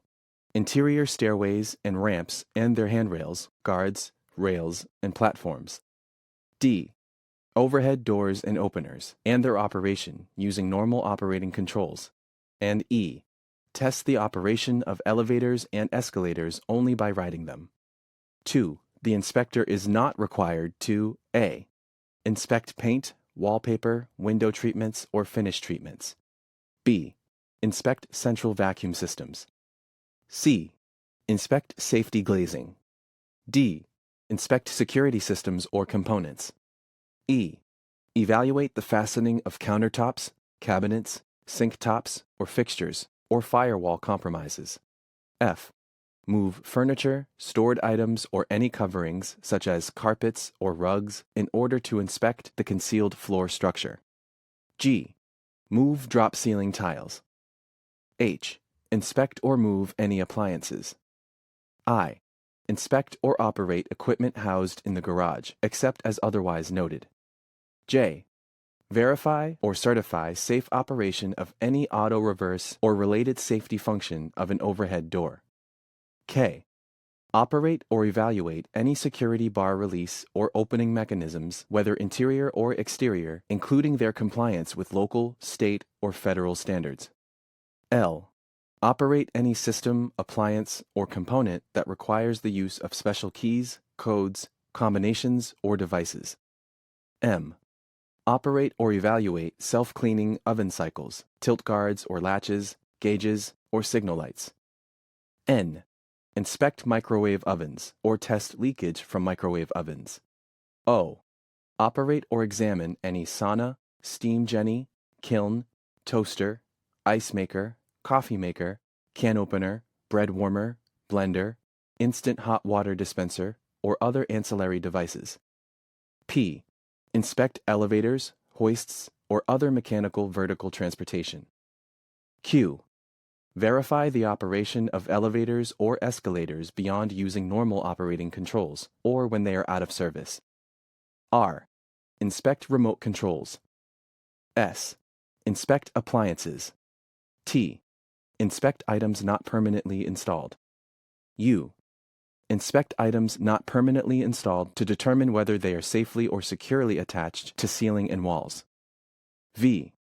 Examine or operate any above-ground, movable, freestanding, or otherwise non-permanently installed pool, spa, recreational equipment, or self-contained equipment. W. Operate partitions or movable walls that may be moved manually or via motorized tracks or remote controls. X. Come into contact with any pool or spa water in order to determine the system's structure or components. Y. Determine the adequacy of spa jet water force or bubble effect. Z. Determine the structural integrity or leakage of a pool or spa. A. Determine combustibility or flammability. B. Inspect tenant-owned equipment or personal property. C. Inspect non-permanent items to determine whether they are safely or securely attached to ceiling or walls. Section 6.5.12. Life Safety. 1. The inspector should inspect A. Fire access, road obstructions, or overhead wires lower than 13 feet and 6 inches. B. The address or street number to determine whether it is visible from the street with numbers in contrast to their background. C. And determine that a 3-foot clear space exists around the circumference of fire hydrants. D. Storage of flammable or combustible materials for the presence of hazard signage and unsafe conditions, including separation from heaters by distance or shielding so that ignition cannot occur, and not stored in exits, boiler rooms, mechanical rooms, or electrical equipment rooms. E. For proof of safety type glass. F. For the presence of fire alarm systems. G. For the presence of smoke detectors and carbon monoxide detectors. H. For alarm panel accessibility. I. For the presence of readily accessible and visible portable fire extinguishers. J. For the presence of sprinkler systems, and determine if the sprinkler heads were ever painted other than at the factory. K. For the presence of emergency lighting systems. L. For exit signs at all exits, and inspect for independent power sources, such as batteries. M. For the presence of directional signs where an exit location is not obvious. N. For penetrations in any walls or ceilings that separate the exit corridors, firewalls, and/or exit stairways from the rest of the building. O. For fire doors that appear to have been blocked or wedged open, or that do not automatically close and latch. P. For the presence of at least 2 exits to the outside, or 1 exit that has a maximum travel distance of 75 feet. Q. For exit trip hazards or conditions hindering safe egress, including stairwells and their handrails. R. Exit doors to determine if they are functional in an emergency and if they swing in the direction of egress travel. And S. Determine if, at the time of the inspection, storage is potentially obstructing access to fire hydrants, fire extinguishers, alarm panels, or electrical panel boards, or aisles, corridors, stairways, or exit doors, or if it is within 18 inches of sprinkler heads, or within 3 feet of heat-generating appliances or electrical panel boards. 2. The inspector is not required to A. Test alarm systems or determine if alarm systems have been tested. B. Inspect or test heat detectors, fire suppression systems, or sprinkler systems. C. Determine combustibility or flammability of materials in storage. D. Determine the adequate number of fire extinguishers needed or their ratings. E.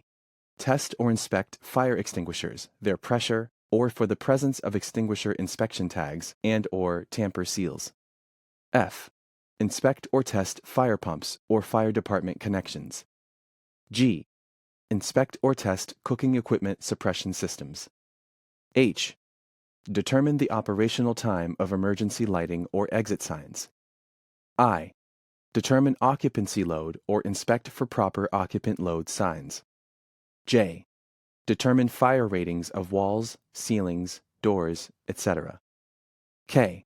Inspect, test, or determine the adequacy of fire escapes or ladders. L. Inspect fire department lockboxes or keys. M. Determine the flame resistance of curtains or draperies. N. Inspect or determine adequacy of parking or outdoor lighting that may impact safety. O.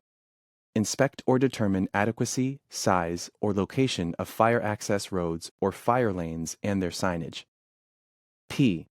Inspect for unauthorized entry or crime issues. Q. Inspect or test security systems. R. Inspect for pet or livestock safety issues. S. Inspect for unsafe candle use or decoration hazards. T. Inspect or test emergency generators. U. Test kitchen equipment, appliances, or hoods. V. Verify that elevator keys exist or that they work properly. Section 6.5.13. Cooking areas. 1. The inspector should A. Inspect exhaust hoods and verify that all smoke or grease-laden, vapor-producing cooking equipment such as deep-fat fryers, ranges, griddles, broilers, and woks is equipped with an exhaust system. B. Inspect visible grease filters to verify that they are arranged so all exhaust air passes through them. C. Verify the presence of a grease trap or interceptor for cooking equipment or fixtures that discharge grease-laden wastewater or food waste and, in the inspector's opinion, could adversely affect the drainage system. D. Verify the presence of backflow prevention for food handling equipment or fixtures where, in the inspector's opinion, a cross-connection could occur between potable and non-potable water sources. E. Inspect for grease buildup or leakage. F. Inspect visible sections of exhaust ducts. G. Verify that visible sections of exhaust ducts are not interconnected with any other ventilation system. H. Verify that visible sections of exhaust ducts are installed without dips or traps that might collect residue. I. Verify that exhaust ducts do not appear to pass through firewalls. J. Try to verify that exhaust ducts lead directly to the exterior of the building. K. Inspect exterior exhaust equipment. L. Try to verify that exterior exhaust outlets do not discharge into walkways or create a nuisance in the opinion of the inspector. M. Inspect makeup air equipment. N. For the presence of readily accessible and visible Type K portable extinguishers within a 30-foot travel distance of commercial cooking equipment using cooking oil or animal fat. O. For the presence of sprinkler and/or fire suppression systems. And P. For the presence of manual actuation devices near the means of egress from the cooking area 42 to 48 inches above the floor and 10 to 20 feet away, and clearly identifying the hazards. 2. The inspector is not required to A. Determine proper clearances. B. Determine proper exhaust hood size, position, or adequacy. C. Operate or test exhaust hoods. D. Operate lighting using methods beyond using normal operating controls. E. Move appliances, equipment, stored items, or debris. F. Operate or test exhaust fans or dampers or measure airflow. G. Operate or test fire extinguishers, fire extinguishing equipment, or fusible links. H. Operate or test kitchen equipment, appliances, or their gauges. I. Inspect or test grease removal or catchment devices, drip trays, or grease filters. J. Inspect or test air pollution control devices or fume incinerators. K. Inspect or test kitchen refrigeration or storage equipment or appliances. L. Inspect for fuel storage issues. M. Inspect, test, or determine anything regarding food safety. N. Issue an opinion regarding cooking operation procedures. Section 7. Report. Section 7.1. Format. The report must be in writing. This standard does not require any one particular format. Inspectors may use any reporting method that adequately documents the baseline of this standard and the agreed-upon scope of work. Section 7.2. Date. The report should be dated on the first page to indicate where the report was finalized. The inspection date should be noted in the report if different. Section 7.3. Inspection firm information. The report should include the name and contact information of the inspection firm on the first or second page, along with the names of the inspector who completed the inspection. Section 7.4. Property address and information. The report should include the address of the subject property or a description sufficient for identification on the first or second page. Additional relevant information may include its current use, approximate size, construction type, and occupancy status at the time of the inspection. Section 7.5. Total number of pages. The report should indicate the total number of pages and attachments on the first page. Section 7.6. Brevity. Reports should be concise and to the point and avoid the inclusion of large amounts of pre-printed narratives or material. Section 7.7. Legibility. Reports should be typed or handwritten clearly.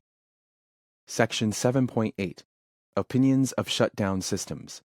Based on their visual observations and judgment, the inspector should render an opinion of the condition of systems, even if they were shut down or not operational at the time of the walkthrough survey. The inspector should note the operational status of these systems in their report. Section 7.9. Age and life expectancy. Although not required by this standard, the inspector may render an opinion of the age of systems, where possible, based on a legible manufacturer label, data plate, or other observations and information gathered, and may include an estimated life expectancy based on readily available industry information in the report. See ccpia.org/estimated-life-expectancy-chart for estimated life expectancies for commercial building systems and components. Section 7.10. Obsolescence. The client should only rely on the inspection report at the point in time that the inspector's observations were being made and research was being conducted. The client should deem the report as obsolete to some extent even while it is being prepared. Section 7.11. Site-specific. The client should understand that an inspection performed in accordance with this standard only relates to the observations made and research conducted. Consequently, this standard does not address issues such as business operations at the subject property, deed encumbrances, neighborhood conditions, etc. Section 7.12. Multiple buildings or units. An inspection report produced in accordance with this standard may encompass more than one building, dwelling unit, or property unit within a single report. Inspectors may use any reporting format that adequately documents the baseline of this standard and the agreed-upon scope of work. Section 7.13. Documentation. Reports should include an inventory, descriptions, and photo documentation of systems, components, and other observed elements of the building that are material to understanding and providing documentation of the property's condition, in accordance with the baseline of this standard and the agreed-upon scope of work. This may include, but is not limited to, observed defects, necessary repairs, and/or conditions that affect the building's safety and operations or the proper function of a system. Section 7.13.1 Guidelines for Recommended Reporting Practices. Recommended reporting and documentation practices are provided in the appendix of this standard under, quote, A.1, Guidelines for Recommended Reporting Practices, end quote. Inspectors are not required to follow the appendix guidelines, but they may help in meeting the baseline of this standard and industry expectations. Section 7.14 Cost to Remedy. The inspector is not required to provide repair estimates or opinions of cost to remedy. The inspector may offer opinions about such costs as a courtesy, but the offering of these opinions is outside the scope of a commercial property inspection. Section 8. Limitations, Exceptions, and Exclusions. Section 8.1. Limitations. 1. An inspection is not technically exhaustive. 2. An inspection will not identify concealed or latent defects. 3. An inspection will not deal with aesthetic concerns or what could be deemed matters of taste, cosmetic defects, etc. 4. An inspection will not determine the suitability of the property for any use. 5. An inspection does not determine the market value of the property or its marketability. 6. An inspection does not determine the insurability of the property. 7. An inspection does not determine the advisability or inadvisability of the purchase of the inspected property. 8. An inspection does not determine the life expectancy of the property or any components or systems therein. 9. An inspection does not include items not permanently installed. 10. An inspection will not determine zoning classifications, land use restrictions, code compliance, or permitted occupancies. 11. An inspection will not identify hazardous environmental conditions or hazard zones, flood, seismic, hurricane, high wind, etc. 12. This standards of practice applies only to commercial properties. Section 8.2. Exceptions and Exclusions. 1. The inspector is not required to determine a. Property boundary lines or encroachments. b. The condition of any component or system that is not readily accessible. c. The service life expectancy of any component or system. d. The size, capacity, BTU, performance, or efficiency of any component or system. e. The cause or reason of any condition. f. The cause of the need for repair or replacement of any system or component. g. Future conditions. h. Or identify capital improvements, capital expenditures, repairs, service, or maintenance that are or may be required at a future date. I. Compliance with codes, regulations, or other standards developed by third-party entities. j. Compliance with standards developed by the insurance industry. K. The presence of evidence of rodents, birds, bats, animals, insects, or other pests. L. The presence of mold, mildew, fungus, or toxic drywall. M. The presence of airborne hazards. N. The presence of flora or fauna. O. The air quality. P. The presence of asbestos. Q. The presence of environmental hazards. R. The presence of electromagnetic fields. S. The presence of hazardous materials, including but not limited to lead in paint. T. Any hazardous waste conditions. U. Any manufacturer's recalls or conformance with manufacturer's installations or any information included for consumer protection purposes. V. The operating cost of systems. W. Replacement or repair cost estimates. X. The acoustical properties of any system. Y. Estimates of the cost of operating any given system.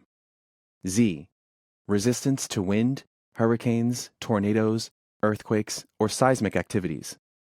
AA. Geological conditions or soil stability. BB. Compliance with the Americans with Disabilities Act. 2.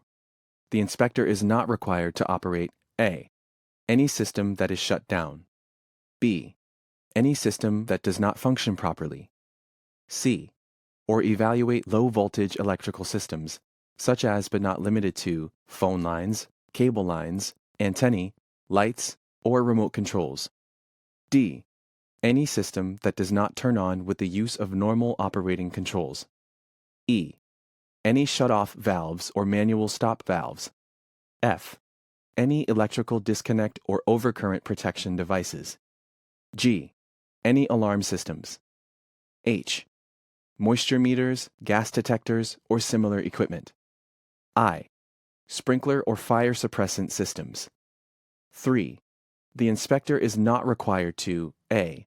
Move any personal items or other obstructions such as, but not limited to, throw rugs, furniture, floor or wall coverings, ceiling tiles, window coverings, equipment, plants, ice, debris, snow, water, dirt, foliage, or pets. B. Dismantle, open, or uncover any system or component. C. Enter or access any area that may, in the opinion of the inspector, be unsafe. D. Enter crawl spaces or other areas that are unsafe or not readily accessible. E. Inspect or determine the presence of underground items, such as, but not limited to, underground storage tanks, whether abandoned or actively used. F. Operate mechanical, electrical, or plumbing components that may adversely affect the building operation, condition, or inhabitants. G. Do anything which, in the inspector's opinion, is likely to be unsafe or dangerous to the inspector or others, or may damage property, such as, but not limited to, walking on roof surfaces, climbing ladders, entering attic spaces, or interacting with pets or livestock. H. Inspect decorative items. I. Inspect common elements or areas in multi-unit housing. J. Inspect intercoms, speaker systems, radio-controlled security devices, or lawn irrigation systems. K. Offer guarantees or warranties. L. Offer or perform any engineering services. M. Offer or perform any trade or professional service other than commercial property inspection. N. Research the history of the property or report on its potential for alteration, modification, extendability, or suitability for specific or proposed use for occupancy. O. Determine the age of construction or installation of any system, structure, or component of a building, or differentiate between original construction and subsequent additions, improvements, renovations, or replacements thereto. P. Determine the insurability of a property. Q. Perform or offer Phase 1 environmental site assessments or other types of environmental assessments. R. Inspect or report on any system or component that is not included in these standards. Section 9. Ethics. Inspectors performing inspections in accordance with this standard must maintain a high level of business ethics. Section 9.1. Duty to client. Section 9.1.1. The inspector shall be fair, honest, impartial, and act in good faith in all his or her dealings with clients and prospective clients. Section 9.1.2. The inspector member shall be truthful regarding his or her services and qualifications. Section 9.1.3. The inspector shall always act in the best interests of the client, unless doing so violates a law or statute. Section 9.1.4. The inspector shall not communicate any information about a client or his or her inspection to anyone else without the client's prior written consent, except when the information may affect the safety of others or when failure to communicate the information would violate a law or statute. Section 9.2. Scope of work. Section 9.2.1. The inspector shall use a written scope of work agreement that specifies the services to be performed, the limitations of services, and fees. Section 9.2.2. The inspector shall substantially follow this standard unless the scope of work indicates otherwise. Section 9.3. Conflicts of interest. Section 9.3.1. The inspector shall have no undisclosed conflict of interest with the client. Section 9.3.2. The inspector may not accept or offer undisclosed commissions, rebates, profits, or other benefit from real estate agents, brokers, or any third parties having financial interest in the sale of the property or the outcome of an inspection. Section 9.3.3. The inspector may not offer or provide any financial compensation directly or indirectly to any real estate agent, real estate broker, or real estate company for referrals or for inclusion on lists of preferred and/or affiliated inspectors or inspection companies. Section 9.3.4. The inspector shall not perform or offer to perform, for an additional fee, any repairs or repair-associated services to the structure for which the inspector or inspector's company has prepared a commercial inspection report for a period of 12 months. This provision shall not include services to components and/or systems that are not included in the scope of work. Section 9.4.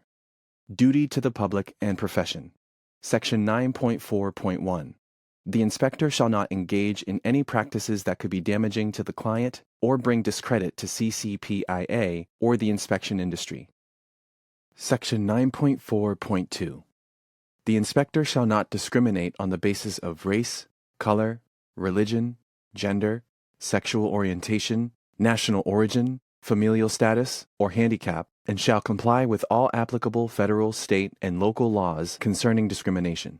The inspector shall comply with all governmental rules and licensing requirements in the jurisdiction where he or she conducts business. Appendix. The materials in this appendix are intended to support and enhance the application of this standard and perform commercial property inspections. It includes optional guidance, resources, and standards of practice for performing commercial property inspections. Use of this appendix is not required when performing inspections in accordance with this standard. A.1. Guidelines for recommended reporting practices.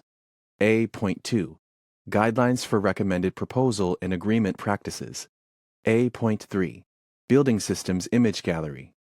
A.4. Recommended walkthrough survey inspection documentation. A.5. Standard accessibility inspection report for existing commercial buildings. A.6. International standards of practice for inspecting commercial fire doors. A.7. Observed green features report for existing commercial buildings. A.8. International Phase 1 standards of practice for inspecting fireplaces and chimneys. A.9. International standards of practice for inspecting radon mitigation systems. A.10. The future of this standard and ancillary documents. A.11. Recommended training. Section A.1. Guidelines for recommended reporting practices. This appendix provides guidance to help inspectors create reports that are clear, consistent, and aligned with the intent of this standard. It includes recommended practices for documenting observed conditions, reporting limitations, and organizing inspection findings. Section A.1.1. Reporting scope and recommendations. Based on this standard, reports should include an inventory, descriptions, and photo documentation of systems, components, and other observed elements of the building that are material to understanding and providing documentation of the property's condition, in accordance with the baseline of this standard and agreed upon scope of work. Refer to, quote, Section 6, Walkthrough Survey, end quote, of the ComSOP for guidance on the inspection scope of this standard. Section A.1.2. Observed conditions. It is recommended that inventories, descriptions, and photo documentation include, but not be limited to, observed defects, necessary repairs, service and corrections, and conditions that could adversely affect the building, its systems, and its structural stability, safety, intended use, operational status, and proper function. These reflect conditions observed at the time of the inspection, or, in the inspector's opinion, may be relevant to observed deferred maintenance or level of preventative maintenance as indicated by existing conditions. Section A.1.3. Inventory schedules. It is recommended that inspectors use schedules for inventory systems, components, and equipment in their reports. A schedule is a table that organizes and presents multiples of the same element, such as windows, doors, HVAC units, electrical panels, and/or restroom fixtures, in a concise, easy-to-read format. A separate schedule should be created for each element type. Section A.1.4. Schedule format and use. Schedules typically include each element's identifier, location, manufacturer label details, and condition. Using schedules allows inspectors to consolidate the property's inventory by element into a single graphical view, improving report clarity, brevity, and ease of reference for end use. Refer to ccpia.org/reporting-schedules for further guidance on how to create schedules. Section A.1.5 Documentation of inspection limitations and exclusions. Any limitation or obstruction that hinders the inspector's ability to inspect certain areas fully should also be documented. The inspector should reference the location and hindrance of these items in their report and exclude them from the inspection. Section A.1.6 Reporting Software. Inspectors are free to choose their reporting software based on their own preferences and that of their clients.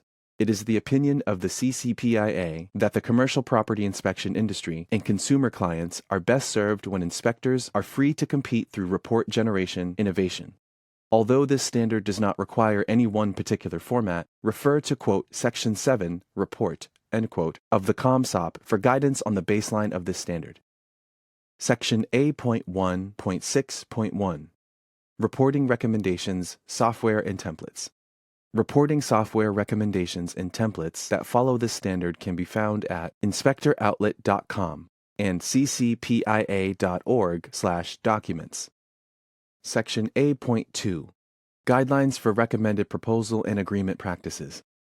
This appendix provides guidance to help commercial property inspectors manage the proposal and agreement process in a manner consistent with this standard. Recommendations aim for clear communication and mutual understanding between the inspector and the client for the inspection scope, limitations, and other terms of service. Section A.2.1 Proposal Recommendations. It is recommended that the inspector provide a written proposal outlining the scope of the inspection and the intended scope of work for inclusion in the inspection agreement. The proposal should be signed by the client prior to the execution of the agreement. The proposal may include the following elements: inspection firm information, subject property address, building description, adherence to the ComSOP, scope of work, fees and retainers, and acceptance to be signed once the inspection scope and fee are agreed upon. Visit ccpia.org/documents for proposal templates and ccpia.org/articles and ccpia.org/online-courses for further guidance. Section A.2.1.1 Proposal Process. Once the proposal is signed, the inspector should follow up to obtain a signed inspection agreement and schedule the inspection. The proposal and inspection agreement may be combined into a single document or delivered separately, but both should be signed before the inspection. Section A.2.2 Inspection Agreement Recommendations. The agreement should be a written document that defines the scope, inspection date, fee, retainer, adherence to the ComSOP, limitations, exclusions, and other terms of service, and include a section for acceptance to be signed once the inspection scope and fee are agreed upon. Visit ccpia.org/documents to sample agreements and further guidance. Inspectors can use the CCPIA agreements as a basis for their own agreement in consultation with legal counsel. Section A.2.2.1 Agreement Process. It is recommended that the inspector not perform the inspection until an inspection agreement has been signed by the client. Section A.3 Building Systems Image Gallery. CCPIA's Commercial Property Inspection Image Gallery provides a comprehensive collection of technical graphics representing the major systems and components found in commercial buildings. It also includes marketing visuals and code-related illustrations that support commercial property inspectors in their training, marketing, and reporting. The gallery is available and free for all to view. All images are copyrighted by the Certified Commercial Property Inspectors Association, all rights reserved. CCPIA members may download and use the images freely. Non-members must obtain written permission from CCPIA before using any image for any purpose. Visit ccpia.org/gallery to browse the gallery, which is categorized by building system and inspection type. Section A.4 Recommended Walkthrough Survey Inspection Documentation. This appendix provides guidance for report details, Recommendations for descriptions and photo documentation support clear inventory and condition reporting in accordance with the baseline of this standard. Report details may vary depending on the subject property and the agreed-upon scope of work between the inspector and the client. Refer to, quote, Section 6, Walkthrough Survey, end quote, of the ComSOP for guidance on the inspection scope of this standard. Section A.4.1 Roof Surface. Recommended report details include descriptions and photo documentation of A. The method and location from which the roof was observed. B. The types of roof covering materials and their condition. C. The roof slope type, low slope or steep slope roof. D. The roof drainage system and components and their condition. E. Flashing failures. F. Evidence of ponding or moisture-related issues. And G. Signs of deterioration, physical damage, or other conditions that could compromise the exterior envelope or the roof's surface, structure, or drainage. Section A.4.2 Exterior. Recommended report details include descriptions and photo documentation of A. The exterior wall covering material, including their condition and any visible signs of issues that could compromise the exterior envelope. B. Poor ground clearance from wall covering. C. Flashing and trim failures. D. The lighting control device. E. The parking area surface material and striping, including their condition or any need for repair or service. F. The number of loading docks. G. Stormwater drainage components and site topography, including potential issues related to drainage or moisture. H. Accessibility barriers, including A. Lack of accessible parking spaces or signage. B. Lack of curb cuts or accessible features from the parking area to the main building entrance. And C. Thresholds on accessible entrance doors that exceed 1/4 inch high or 3/4 of an inch if beveled on both sides. I. Any visible conditions or clear indications of physical or moisture damage or potential moisture intrusion at doors and windows, such as A. Failed or missing window gaskets or weather stripping. B. Obviously fogged windows or other evidence of broken seals. Or C. Binding or other issues that impede the door's operation or safe movement. J. Any visible conditions that could adversely affect entry and overhead doors' function or safe operation. K. Any safety issues requiring repair related to sidewalks, parking areas, stoops, steps, stairs, ramps, handrails, guards, rails, platforms, or trip hazards such as changes in floor level of 1/4 inch or more, or underground roots heaving walkways. L. Any vegetation or landscaping issues that could adversely affect the building or drainage, including A. Vegetation growing too close to or overhanging the building. B. Dead or overgrown vegetation requiring removal or maintenance. C.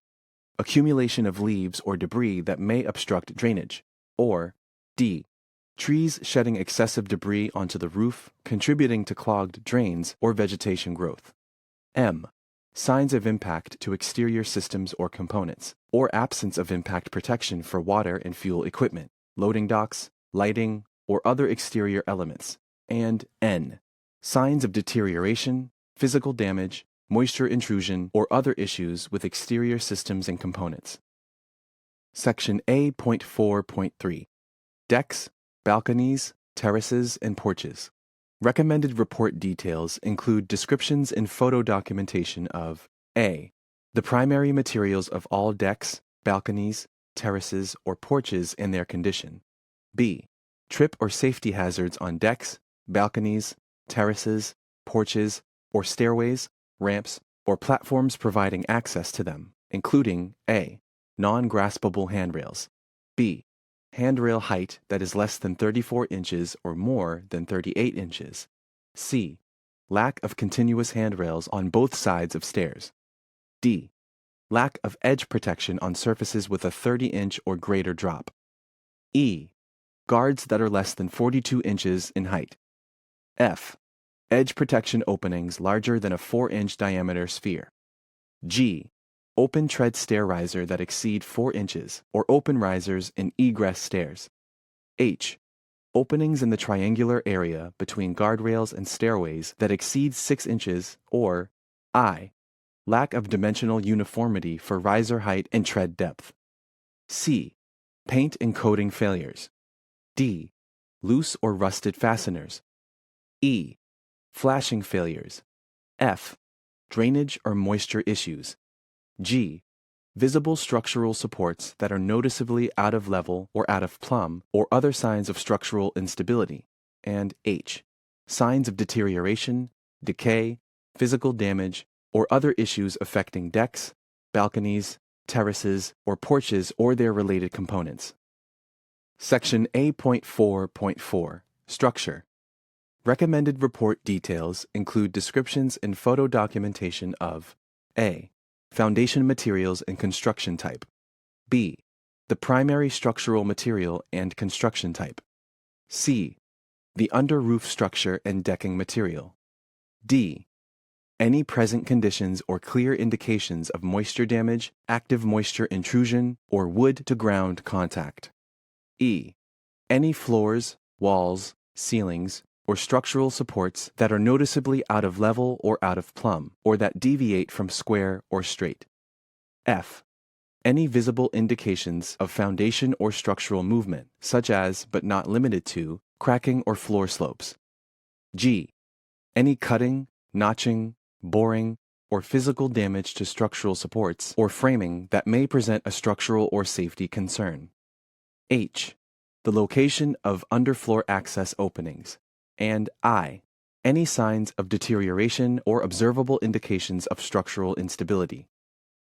Section A.4.5 Heating and ventilation. Recommended report details include descriptions and photo documentation of A. The type, location, and energy source of the equipment and appliances, including each unit's identifier and manufacturer label. B. The equipment and appliances that are deemed inaccessible or hazardous. C. The equipment and appliances' physical condition and operational status. D.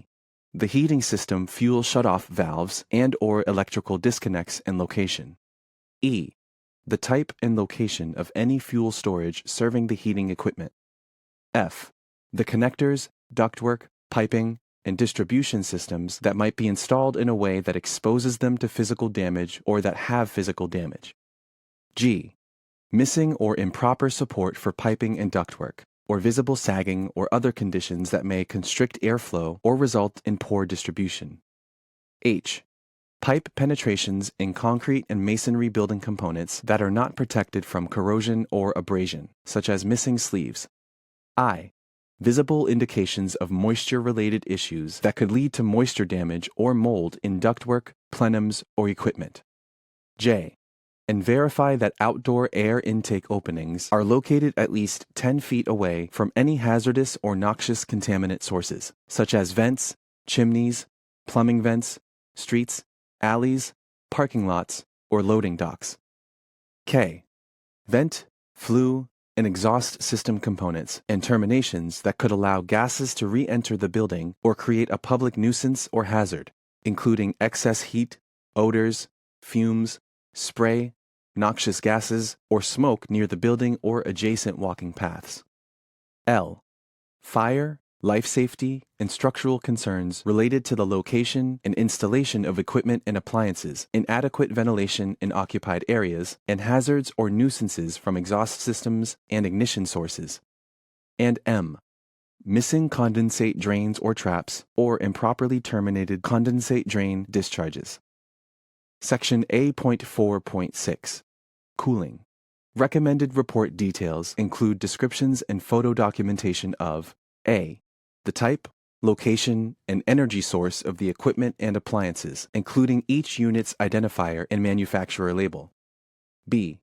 The equipment and appliances that are deemed inaccessible or hazardous. C. The equipment and appliances' physical condition and operational status. D. The cooling system fuel shutoff valves and/or electrical disconnects and location. E. The type and location of any fuel storage serving the cooling equipment. F. The connectors, ductwork, piping, and distribution systems that might be installed in a way that exposes them to physical damage, causes physical damage on the roof surface, or that have physical damage. G. Missing or improper support for piping and ductwork, or visible sagging or other conditions that may constrict airflow or result in poor distribution. H. Pipe penetrations in concrete and masonry building components that are not protected from corrosion or abrasion, such as missing sleeves. I. Visible indications of moisture-related issues that could lead to moisture damage or mold in ductwork, plenums, or equipment. And J. Missing condensate drains or traps, or improperly terminated condensate drain discharges. Section A.4.7 Plumbing.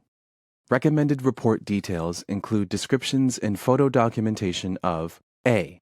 The main water service pipe, including the pipe material, its condition, and an indication of whether the water supply source is public or private.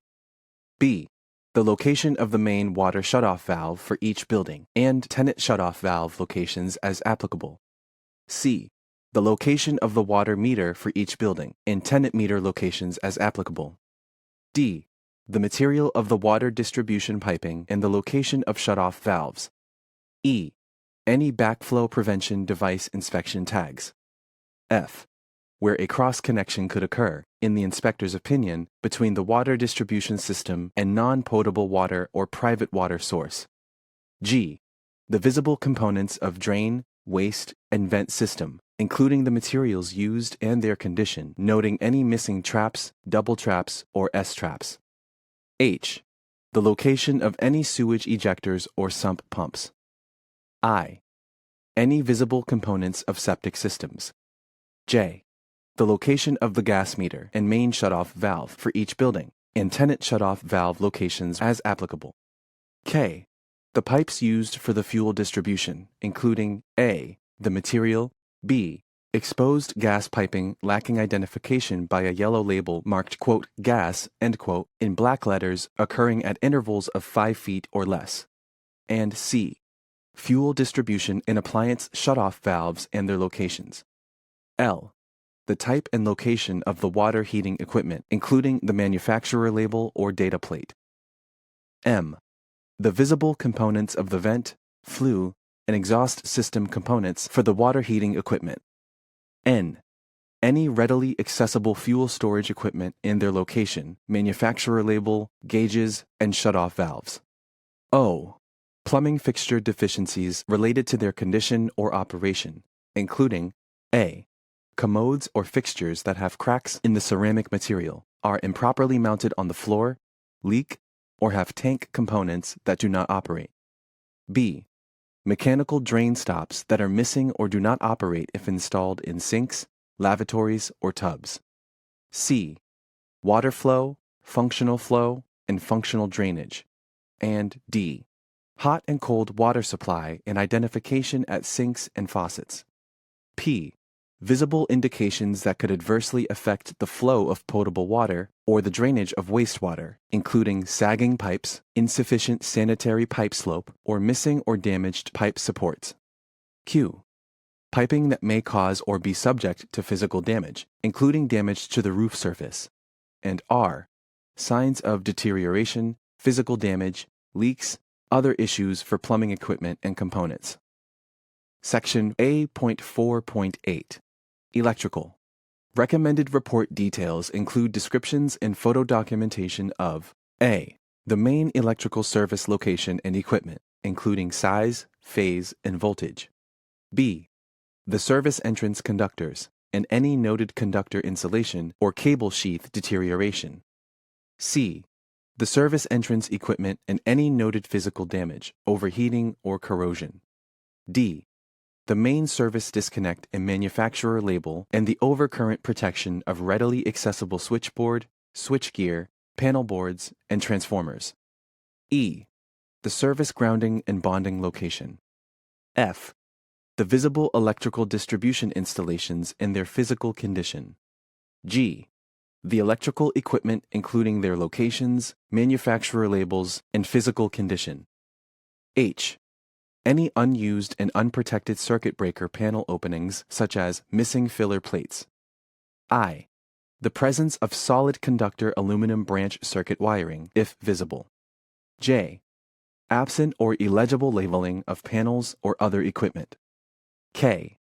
Lack of accessibility or working space for panels or other equipment that would hamper safe operation, maintenance, or inspection. L. Any noted missing or damaged faceplates or box covers. M. Missing junction box covers or open wiring splices. N.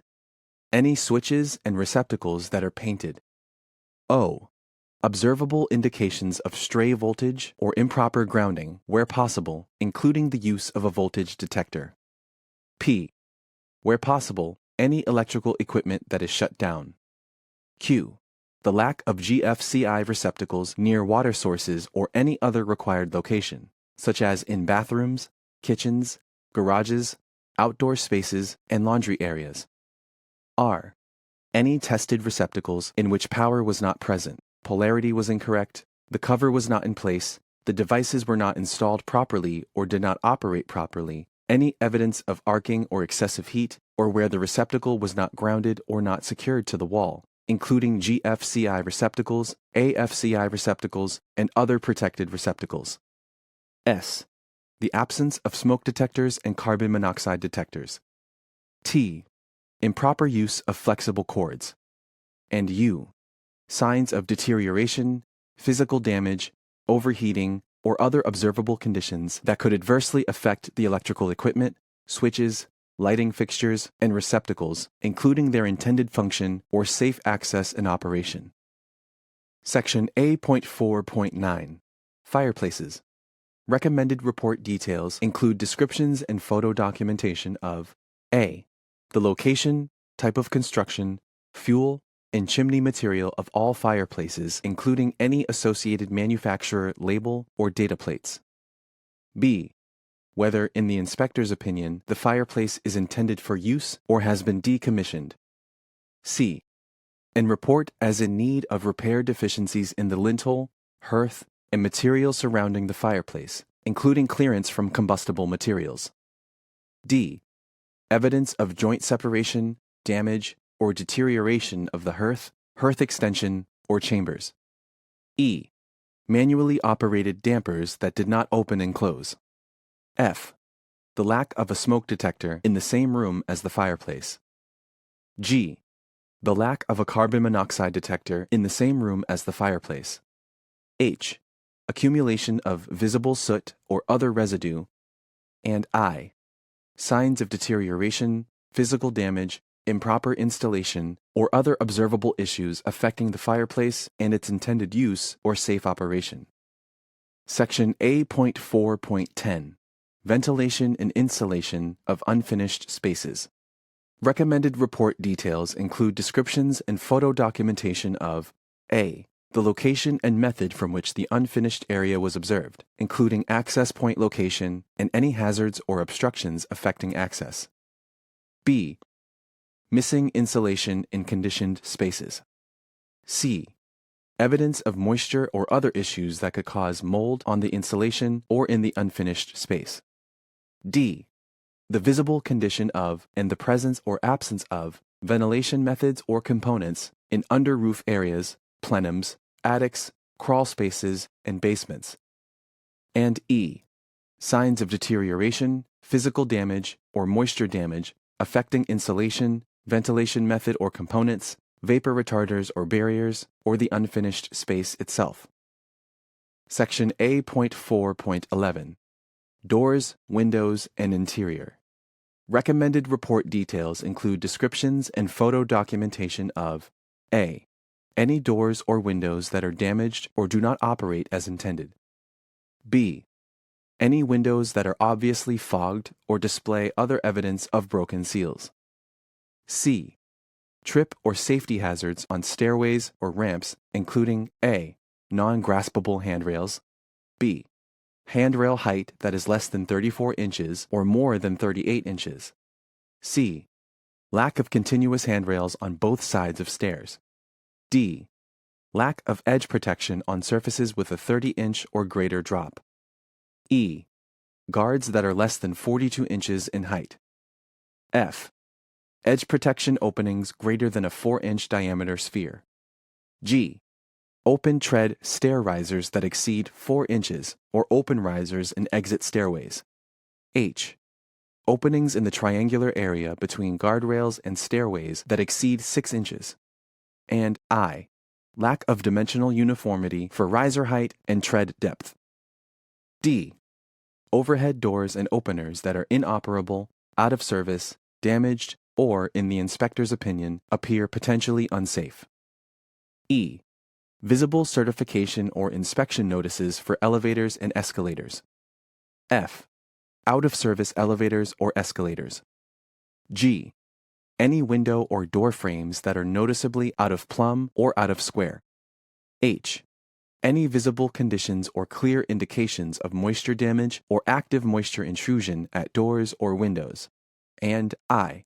Signs of deterioration, physical damage, moisture damage, active moisture intrusion, or other issues with floors, walls, or ceilings. Section A.4.12. Life Safety. Recommended report details include descriptions and photo documentation of A. Any barriers obstructing fire access roads or conditions hindering emergency vehicle access to the building. B. The location of the fire department connection. C. Visible emergency evacuation plans or life safety drawings. D. Any deficiencies, obstructions, or trip hazards along the means of egress, including A. Exit doors that are less than 32 inches in clear width. B. Absence of signs over lockable exit doors stating, quote, "This door must remain unlocked during business hours," end quote. C. Exit doors that are locked from the inside, chained, bolted, barred, latched, or otherwise rendered unusable at the time of the inspection, and D. Absence of exit signage or emergency lighting, and report if they appear to be aged or damaged. E. And verify that hinged shower doors open outward from the shower and have safety glass conformance stickers or indicators. F. The presence of sprinkler systems. G. The location of the fire sprinkler, riser room, or fire alarm control panel room, and the presence of any certificates or inspection tags if the area is readily accessible. H. A representative number of portable fire extinguishers and their inspection tags, and report if A. They are not located in conspicuous and readily available locations, are not immediately available for use, or are obstructed or obscured from view, and B. The maximum travel distance to a fire extinguisher exceeds 75 feet. I. The location of any hazardous or flammable materials or chemicals visibly stored on site. J.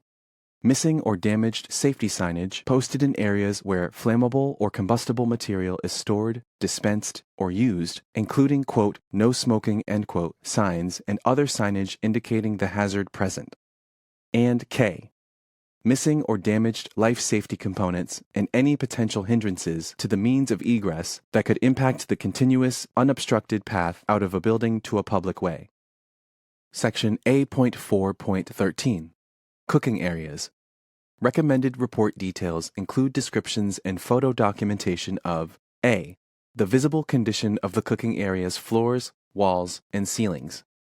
B. The type of exhaust hood and any exhaust hood manufacturer or inspection labels. C. Missing filters or baffles in exhaust hoods, and the absence of explosion-proof or flash-proof light fixtures within the hoods as applicable. D. The type of exhaust system in the manufacturer label. E. The type of makeup air system in the manufacturer label. F. The physical condition and operational status of the exhaust hood, exhaust equipment, and makeup air equipment. G. Any visible indication of a missing grease collection box at exhaust equipment terminations where applicable. H. The presence of any fire suppression equipment and any inspection tags or labels. I. The presence of portable fire extinguishers and any inspection tags or labels. J. The lack of indirect drain or air gap for food handling equipment or fixtures, where, in the inspector's opinion, a cross-connection could occur between the potable and non-potable water sources. K. The lack of Type K portable fire extinguishers or manual activation devices near commercial cooking equipment using cooking oil or animal fat. L. The presence of grease traps or interceptors. M. Obstructions or other hindrances along the means of egress. And N. Signs of deterioration, physical damage, or other issues affecting permanently installed exhaust or ventilation equipment, including conditions that may require repair, service, or correction for safe use. Section A.5. Standard Accessibility Inspection Report for Existing Commercial Buildings. Section A.5.1. About this Accessibility Inspection Report. Various laws around the world require public accommodations to provide goods and services to people with disabilities on an equal basis with the rest of the general public. Businesses benefit from the patronage of all people. Those who own, lease out, or operate places of public accommodation should have as a goal the identification and reduction of physical barriers to this patronage. This inspection report will help identify possible accessibility deficiencies in existing facilities. Section A.5.2. Who must comply? Most laws regarding accessibility regulate only new construction and remodeling and do not oblige existing building owners to reduce barriers if such reduction is not readily achievable. This report does not cover all of the possible local, state, provincial, and federal requirements regarding accessibility or barrier reduction. The information presented within this report was derived from a visual-only inspection of the property and is intended solely as informal guidance and is not a determination of legal rights or responsibilities. Section A.5.3. Standalone Inspection Service Option. This report may be offered in conjunction with a complete commercial property inspection or offered as a separate standalone inspection service. Section A.5.4. The Accessibility Inspection Report. Accessibility Inspection Report. Key. Y equals yes. The statement is true and accessibility appears to be adequate. N equals no. The statement is false and accessibility appears to be deficient. U equals unknown. Inspector did not determine accessibility. N-A equals not applicable. Section 1. Parking. 1.1. There are enough accessible parking spaces, 8 feet wide plus 5-foot access aisle. 1.2. There is at least one van accessible parking space. Parking space and access aisle combined for a minimum width of 16 feet. Total number of parking spaces 1 to 25. Required number of accessible parking spaces 1. Total number of parking spaces 26 to 50. Required number of accessible parking spaces 2. Total number of parking spaces 51 to 75. Required number of accessible parking spaces 3. Total number of parking spaces 76 to 100. Required number of accessible parking spaces 4. Total number of parking spaces 101 to 150. Required number of accessible parking spaces 5. Total number of parking spaces 151 to 200. Required number of accessible parking spaces 6. Total number of parking spaces 201 to 300. Required number of accessible parking spaces 7. Total number of parking spaces 301 to 400. Required number of accessible parking spaces 8. Total number of parking spaces 401 to 500. Required number of accessible parking spaces 9. Total number of parking spaces 501 to 1000. Required number of accessible parking spaces 2% of total number of parking spaces. Total number of parking spaces over 1000. Required number of accessible parking spaces 20 plus 1 for each 100 over 1000. 1.3. The accessible parking spaces are marked with the international symbol of accessibility. 1.4. The accessible parking spaces are the closest spaces to the accessible entrance of the building. 1.5. The accessible parking spaces have access aisles that are part of the accessible route to the accessible entrance of the building. Section 2. Route of travel. 2.1. There is a route of travel from the accessible parking spaces to the accessible entrance that does not require the use of stairs. 2.2. The route of travel is at least 36 inches wide. 2.3. The slopes on the route of travel are not greater than 5%, 1 inch rise to 20-inch run. 2.4. The route of travel is stable, firm, and slip resistant. 2.5. The curbs on the route of travel include ramped curb cuts with a width of at least 36 inches. Section 3. Ramps. 3.1. Ramps longer than 6 feet have railings on both sides. 3.2. Railings are sturdy and between 34 and 38 inches high. 3.3. Ramps are stable, firm, and slip resistant. 3.4. There is a 5-foot-long level landing at the top and bottom of every 30-foot horizontal length of ramp and at every ramp switchback. Section 4. Entrance. 4.1. The main entrance is accessible or there is a ramp, a lift, or an alternative accessible entrance. 4.2. All inaccessible entrances have signs giving directions to the nearest accessible entrance. 4.3. The accessible entrance door has at least 32 inches of clear opening. 4.4. The accessible entrance door has at least 24 inches of clear wall space on the pull side of the door next to the handle, plus at least 60 inches of clear depth. Refer to CCPIA's maneuvering clearance graphics for push side and side approach requirements. 4.5. The accessible entrance door handle is no higher than 48 inches. 4.6. The accessible entrance door handle is operable with a closed fist, accessible to a person with limited use of his or her hands. 4.7. The accessible entrance door can be opened without too much force, less than 8.5 pounds of force. 4.8. The accessible entrance threshold is not a trip hazard or wheelchair barrier, less than 1/4 inch high or less than 3/4 inches high with bevels on both sides. 4.9. The automatic door closer, if one exists, on the accessible entrance takes at least 3 seconds to close the door. Section 5. Interior. 5.1. The interior carpeting is low pile and tightly woven. 5.2. There are no noted hindrances to a person who uses a cane. Items detectable up to 27 inches above the floor, with minimum headroom clearance at least 80 inches above the floor. 5.3. Objects protrude no more than 4 inches from the wall within the hazard zone. 5.4. The corridors are at least 36 inches wide. 5.5. The corridors have wheelchair passing spaces at reasonable intervals, less than 200 feet, or intersecting corridors that can be used as passing spaces. 5.6. There is wheelchair maneuvering clearance at doors. Section 6. Drinking fountains. 6.1. Where there are 2 drinking fountains on one floor, at least one is wheelchair accessible. 6.2. The accessible drinking fountain has adequate clear floor space for wheelchair maneuvering. 6.3. The accessible drinking fountain has knee clearance of 27 inches measured from the bottom of the apron to 9 inches from the floor's surface. 6.4.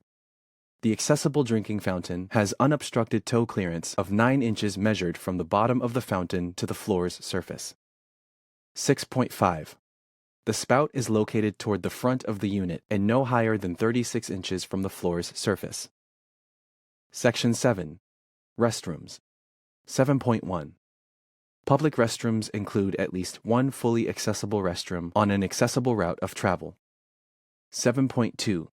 The inaccessible restrooms have signs that give directions to accessible ones. 7.3. Pictograms or symbols are used to identify restrooms. 7.4. Accessible restroom door handles are no higher than 48 inches. 7.5. Accessible restroom door handles are operable with a closed fist, accessible to a person with limited use of his or her hands. 7.6. Accessible restroom doors can be opened without too much force, less than 5 pounds of force. 7.7. The accessible restroom entry configuration provides adequate maneuvering and turnaround space, 60 inches in diameter for wheelchairs. 7.8. The path to all fixtures in the accessible restroom is at least 36 inches wide. 7.9. The accessible restroom stall door is operable with a closed fist, accessible to a person with limited use of his or her hands, inside and out. 7.10. The accessible restroom has at least one wheelchair-accessible stall that provides adequate maneuvering space for a wheelchair. 7.11. The wheelchair-accessible stall has grab bars behind and on the sidewall nearest to the toilet. 7.12. The wheelchair-accessible stall has a toilet seat that is 17 to 19 inches high. 7.13. The wheelchair-accessible stall has a toilet seat that does not spring back to a lifted position. 7.14. The accessible restroom has at least one urinal with a rim no higher than 17 inches above the floor. 7.15. The accessible restroom has at least one lavatory with a 30-inch wide by 48-inch deep clear space in front of it. 7.16. The accessible restroom lavatory has a rim no higher than 34 inches. 7.17. The accessible restroom lavatory has at least 29 inches of knee space between the floor and the bottom of the lavatory apron. 7.18. The accessible restroom lavatory has no obstructions within the toe clearance area between 0 and 9 inches from the floor. 7.19.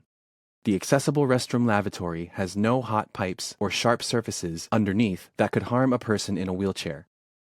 7.20. The accessible restroom lavatory faucet can be operated with one closed fist, accessible to a person with limited use of his or her hands. 7.21. The accessible restroom lavatory faucet, if self-closing, permits the water to flow for at least 10 seconds. 7.22. The accessible restroom soap dispensers and hand dryers are within reach of a person in a wheelchair and are operable with one closed fist. 7.23. The accessible restroom mirror, if provided, is mounted with the bottom edge of the reflecting surface no higher than 40 inches. Section 8. Elevators. 8.1. The passenger elevators are located on an accessible path of travel. 8.2. The passenger elevator doors have a clear opening of not less than 36 inches. 8.3. The passenger elevators have wheelchair turning spaces that are at least 68 inches wide by 51 inches deep, only applicable for a minimum 36-inch wide off-center entrance. Refer to CCPIA's elevator graphics if door is at least 36 inches wide and is centered. 8.4. The passenger elevators have controls that are not higher than 54 inches for side approach and not higher than 48 inches for front approach. 8.5. The passenger elevators have controls that are labeled in raised braille. 8.6. The passenger elevators serve all public levels of the building. Section 9. Other. 9.1. Notes regarding additional observed barriers are attached. 9.2. Exhibits are attached. Section A.6. International Standards of Practice for Inspecting Commercial Fire Doors. Section A.6.1. About these standards for inspecting commercial fire doors. Many buildings, including schools, high-rises, healthcare facilities, churches, office buildings, factories, and warehouses, are likely to have fire doors. Should a fire occur, the health, safety, and welfare of building occupants and emergency responders depend on the regular inspection of fire doors. Section A.6.2. Purpose. The purpose of this document is to establish international standards for the inspection of commercial fire doors. This document also provides a universal commercial fire door inspection reporting form. Section A.6.3. Definitions. Section A.6.3.1. Fire door definitions. Active leaf.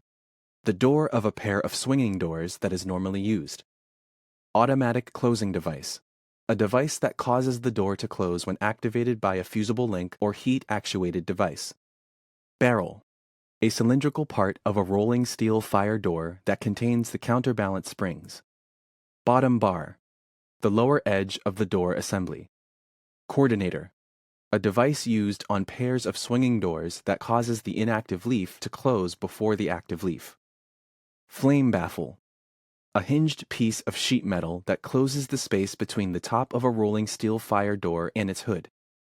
Fusible link.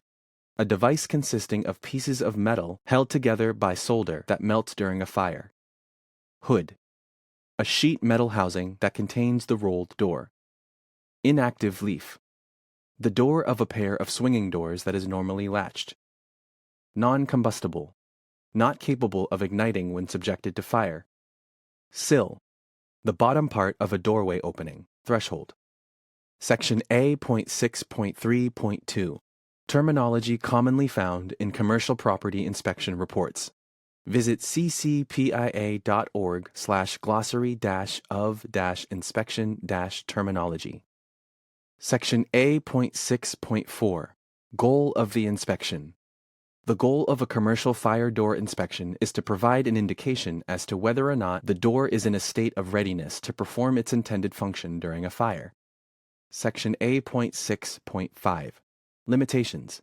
It is not the purpose of this standard to establish inspection procedures to determine the fire rating or the degree of protection provided by a fire door or surrounding wall, determine the need for a fire door in any particular location, determine proper placement of detectors, determine the functionality of fire detection systems, heat test fusible links, determine the combustibility of floor coverings extending through doorways, inspect accordion, folding, hoistway, elevator, chute, access, or dumbwaiter doors, inspect fire windows, or inspect fabric fire safety curtains. Section A.6.6. Optional add-on inspection service. The CCPIA Standards of Practice for Inspecting Commercial Properties does not require the inspector to perform fire door inspections. The fire door inspection may be offered in conjunction with a complete commercial property inspection, or as a separate standalone inspection service. Section A.6.7. Inspection frequency. Fire doors should be inspected after any incidents that may have damaged the door or its components, or upon noticing possible damage, but not less than annually. Section A.6.8. Visual inspection. Section A.6.8.1. The inspector should visually inspect from both sides of the door assembly. Section A.6.8.2. The inspector should inspect the door opening and surrounding area for potential obstructions, items, or conditions that might interfere with the free operation of the door. Section A.6.8.3. The inspector should inspect for auxiliary items that could interfere with door operation. Section A.6.8.4. The inspector should inspect for missing or insecure mounting and assembly bolts. Section A.6.8.5. The inspector should inspect for evidence of field modifications that may void the door's fire rating. Section A.6.8.6. The inspector should inspect for open holes or breaks that exist in either the door or frame. Section A.6.8.7. The inspector should inspect for failed glazing and glazing beads that are not intact or securely fastened. Section A.6.8.8. The inspector should inspect for missing or broken parts. Section A.6.8.9. The inspector should inspect for combustible sills. Sills should be non-combustible. Section A.6.8.10. The inspector should inspect for clearances of swinging doors between the top and vertical edges of the door and frame, and the meeting edges of the doors swinging in pairs, measured from the pull side of the door, that exceed 1/8 of an inch plus 1/16 of an inch for steel doors and 1/8 of an inch for wood doors. Section A.6.8.11. The inspector should inspect for clearances of swinging doors under the bottom of the door that exceed 3/4 of an inch and 3/8 of an inch for doors that have sills more than 38 inches above the finished floor, such as repair counters. Section A.6.8.12. The inspector should inspect the opening of sliding doors at the sides and top for overlaps that are less than 4 inches. Section A.6.8.13. The inspector should inspect and note whether or not combustible floor coverings extend through the door opening, although, depending on the rating of the door, some combustible floor coverings are permitted to extend through door openings. Determining compliance lies beyond the scope of a commercial fire door inspection. Combustible flooring should never extend through doorways protected by 3-hour or greater rated fire doors. Section A.6.9. Operational check. Section A.6.9.1. Before checking, the inspector should identify anything that might create a hazard during the operational check. If, in the opinion of the inspector, a hazard might be created by operating the door, the inspector shall not perform the operational check portion of the inspection. Section A.6.9.2. The inspector should open and close the door using normal operation. Doors should open and close easily. Section A.6.9.3. The inspector should inspect the condition of any gaskets or edge seals. Section A.6.9.4. The inspector should inspect the guides and bearings for lack of lubrication. Section A.6.9.5. The inspector should inspect for blocking or wedging of doors in the open position or blocked or wedged release arms and weights of sliding and rolling doors. Section A.6.9.6. The inspector should inspect for kinked, pinched, twisted, or excessively worn chains or cables of sliding and rolling doors. Section A.6.9.7. The inspector should inspect the condition of any fusible links and heat-actuated devices if equipped. Links should not be painted or coated with dust or grease. Section A.6.9.8. The inspector should inspect signs installed on the surface of the fire door for interference with the proper operation of the door. Section A.6.9.9. The inspector should inspect for signage that exceeds 5% of the total area of the face of the fire door to which it is attached. Section A.6.9.10. The inspector should inspect for signs that are attached by mechanical means, such as screws or nails. Signs should be attached to fire doors by use of adhesive only. Section A.6.9.11. The inspector should inspect for rating and inspection labels and tags that have been painted over. Labels and tags should not be painted over. Section A.6.10. Simulation drop test. Section A.6.10.1. Before testing, the inspector should identify anything that might create a hazard during testing. If, in the opinion of the inspector, a hazard might be created by testing, the inspector shall not perform the testing portion of the inspection. Section A.6.10.2. The inspector should perform all testing and resetting of the release mechanism in accordance with the manufacturer's instructions. If instructions are not made available at the time of the inspection, the inspector should continue only if the inspector has knowledge and understanding of the operating components of that type of door. Section A.6.10.3. The inspector should inspect for missing closing devices, self or automatic. Every fire door should have a closing device. Section A.6.10.4. The inspector should test any self-closing devices of swinging doors to assure that they close and latch the door completely when operated from the fully open position. Section A.6.10.5. The inspector should inspect closing mechanisms of swinging doors for hold-open features.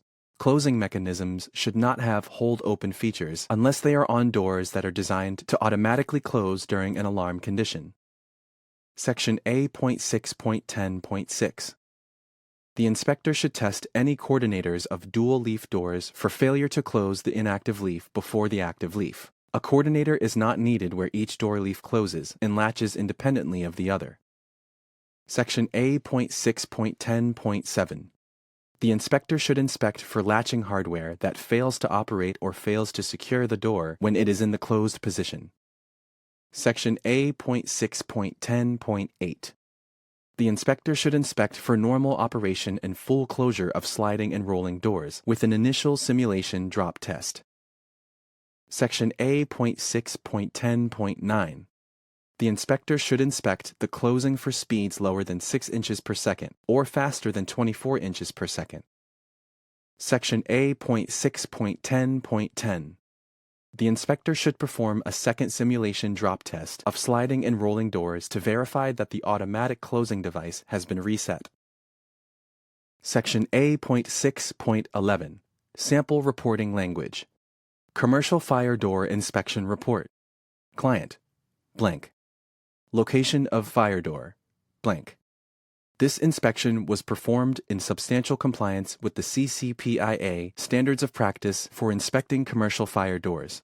It is designed to provide an indication as to whether or not the door is in a state of readiness to perform its intended function during a fire. Fire doors should be inspected after any incidents that may have damaged the door, or upon noticing possible damage, but not less than annually. A signed copy of this report should be maintained and made available to the authority having jurisdiction, insurance representatives, employees, and other interested parties. Blank. The inspector was not able to visually inspect from both sides of the door assembly. Blank. The inspector noticed obstructions in the surrounding area that could interfere with the operation of the door. Blank. The inspector noted missing or insecure mounting and assembly bolts. Blank. The inspector noted auxiliary items that interfere with door operation. Blank. The inspector noted open holes or breaks that exist in either the door or frame. Blank. The inspector noted evidence of field modifications that may void the door's fire rating. Blank. The inspector noted failed glazing or glazing beads that are not intact or securely fastened. Blank. The inspector noted missing or broken parts. Blank. The inspector noted combustible sills. Blank. The inspector noted clearances of swinging doors between the top or vertical edges of the door and the frame, or the meeting edges of doors swinging in pairs, measured from the pull side of the door, that exceed 1/8 of an inch plus 1/16 of an inch for steel doors, and 1/8 of an inch for wood doors. Blank. The inspector noted clearances of swinging doors under the bottom of the door that exceed 3/4 of an inch and 3/8 of an inch for doors that have sills more than 38 inches above the finished floor, such as repair counters. Blank. The inspector noted overlaps at the sides or top of horizontally sliding doors that are less than 4 inches. Blank.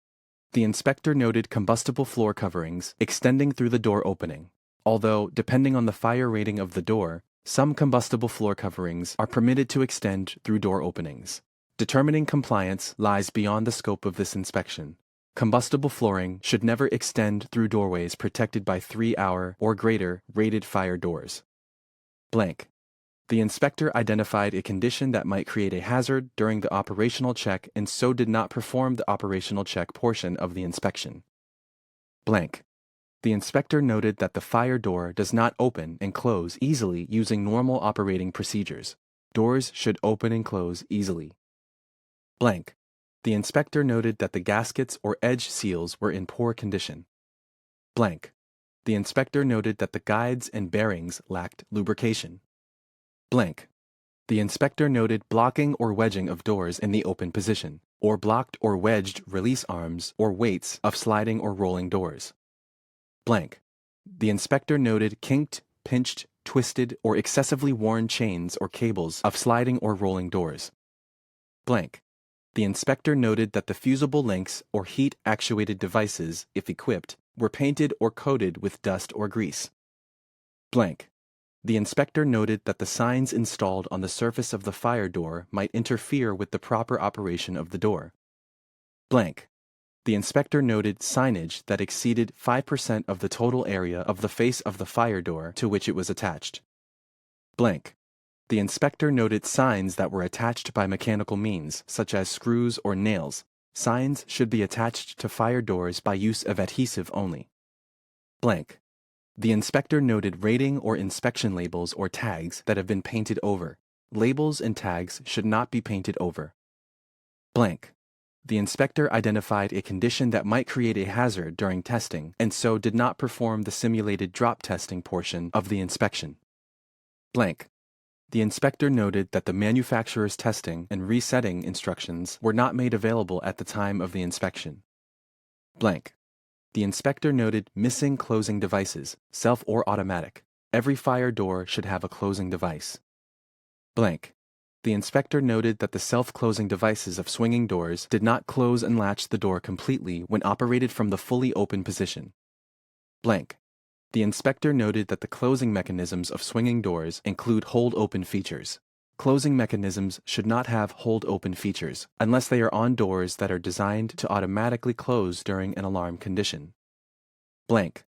The inspector noted coordinators of dual-leaf doors failed to close the inactive leaf before the active leaf. A coordinator is not needed where each door leaf closes and latches independently of the other. Blank. The inspector noted latching hardware that failed to operate or failed to secure the door when it was in the closed position. Blank. The inspector noted abnormal operation of partial closure of sliding and rolling doors with the initial drop test. Blank.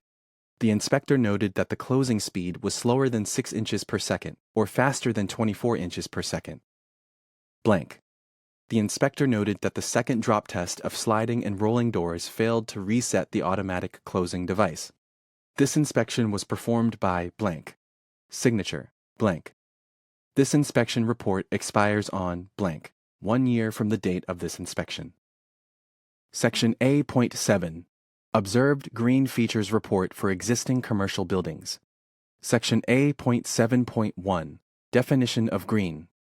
Quote, green, end quote, describes features, technologies, and products that increase efficiency in a building's energy and water usage, help protect the health of its occupants, and reduce the commercial property's impact on the environment. Green buildings are healthier, more environmentally friendly, and economically smarter than average buildings. Green features: improve energy efficiency, reduce pollution, provide healthier air, increase comfort, reduce water usage, preserve natural resources, increase durability, make a building quieter, reduce maintenance, lower monthly costs, and improve resale value. Section A.7.2. Codes and Standards. Nearly all green building codes and standards have been developed by private organizations and pertain to new construction, not existing commercial properties. Nevertheless, many existing properties, by design, by luck, or through modification, have green features that clients should know about. Section A.7.3. Purpose. This standard does not require the inspector to determine the, quote, greenness, end quote, of a building. The purpose of the Green Features Report is to permit the inspector to easily point out common green features of the property, thus increasing client awareness of the property's green features. The inspector is not required to perform an energy audit, determine code compliance, perform environmental assessments, test for radon, lead, asbestos, or mold, or report on all green features or the lack of them. See Section 8, Limitations, Exceptions, and Exclusions. Section A.7.4. Optional Add-on Inspection Service. This standard does not require the inspector to perform this green features inspection. The observed green features report may be offered in conjunction with a complete commercial property inspection, or as a separate, standalone inspection service. Section A.7.5. Green Checklist. The following checklist is designed to help identify commonly found green features noticed by the inspector. Key: Y equals yes, the statement is true and accessibility appears to be adequate. N equals no, the statement is false and accessibility appears to be deficient. U equals unknown, inspector did not determine accessibility. N/A equals not applicable. Asterisk equals may be implemented in existing properties, blank. Observed Green Features Report, blank. The property appears to be in close proximity to public or alternative transportation, blank. The building's structure appears to permit expansion by building up versus out, blank. The building, if in a cold climate, is oriented so that the side with the most glass faces south, within 30 degrees, blank. Deciduous trees are providing sun in the winter and shade in the summer, asterisk. Blank. Drives and walkways are mostly of permeable material, such as gravel, asterisk. Blank. The downspouts and gutters are clean and in working order, asterisk. Blank.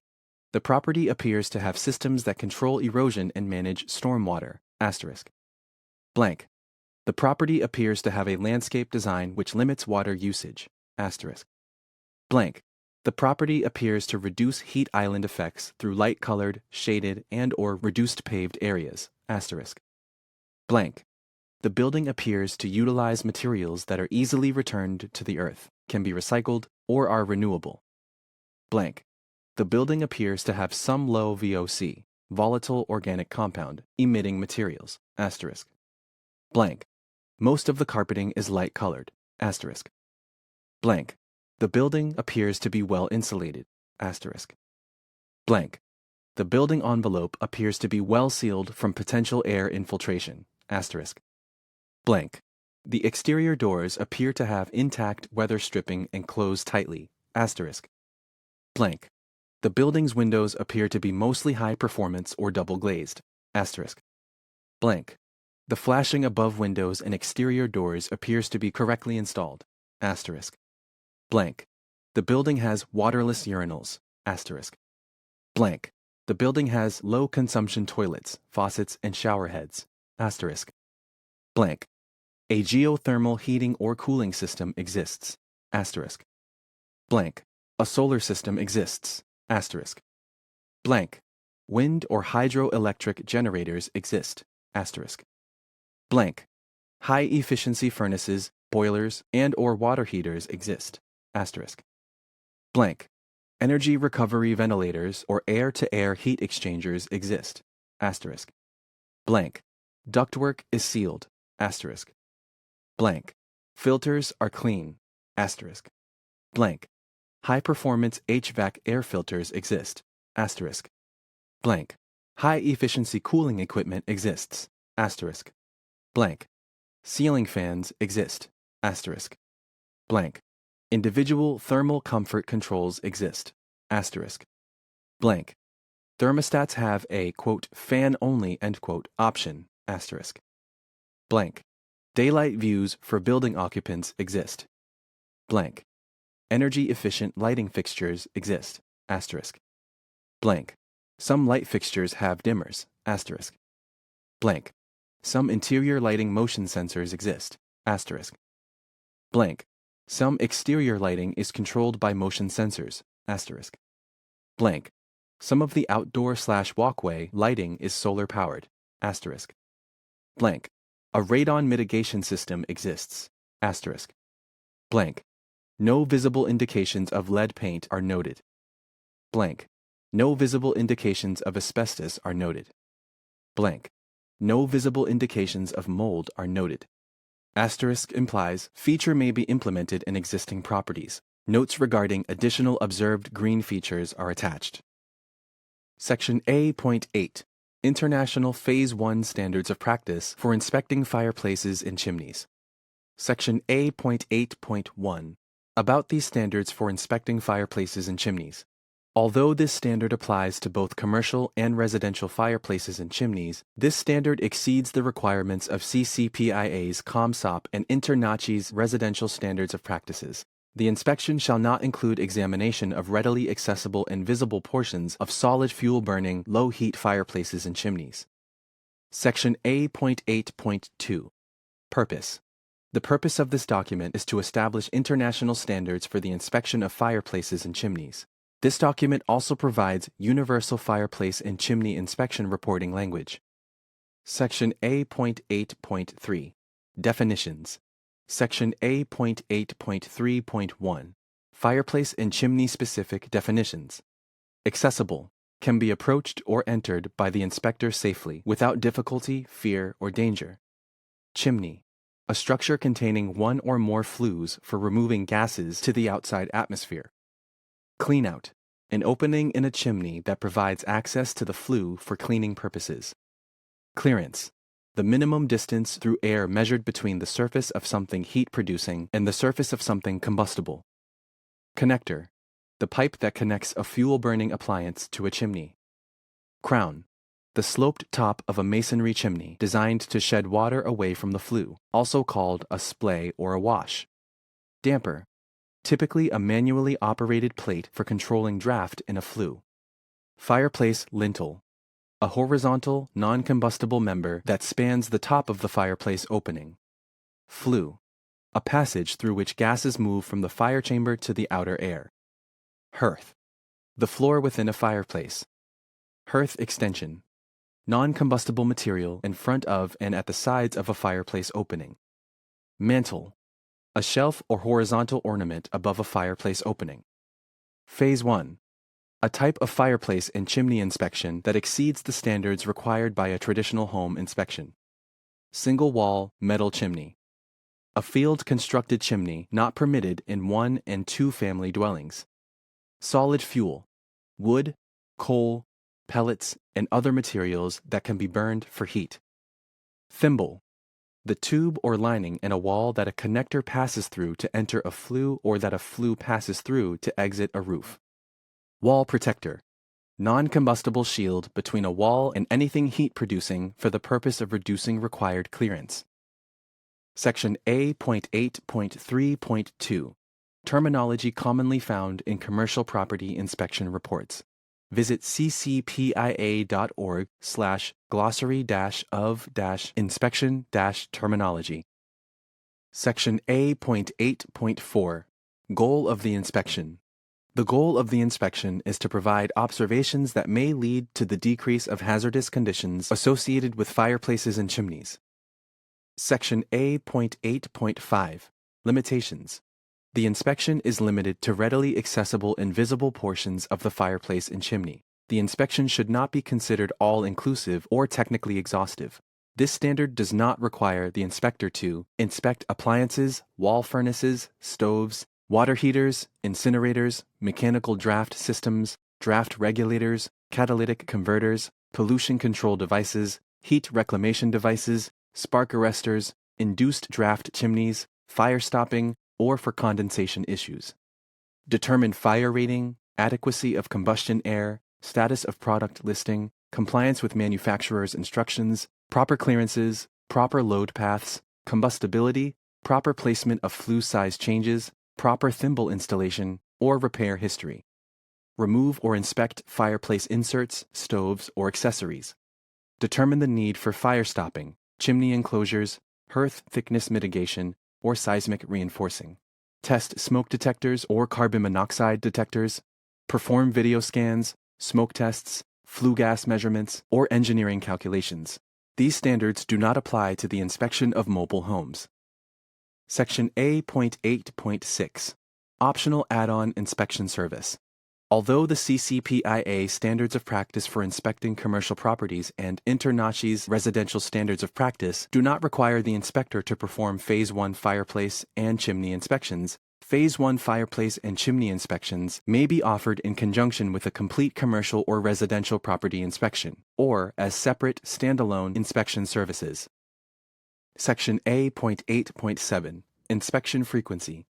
The inspector should advise his or her client that all fireplaces and chimneys should be inspected prior to the client's first use, and not less than annually. Section A.8.8. Visual Inspection. Section A.8.8.1. Initial Inspection. Section A.8.8.1.1.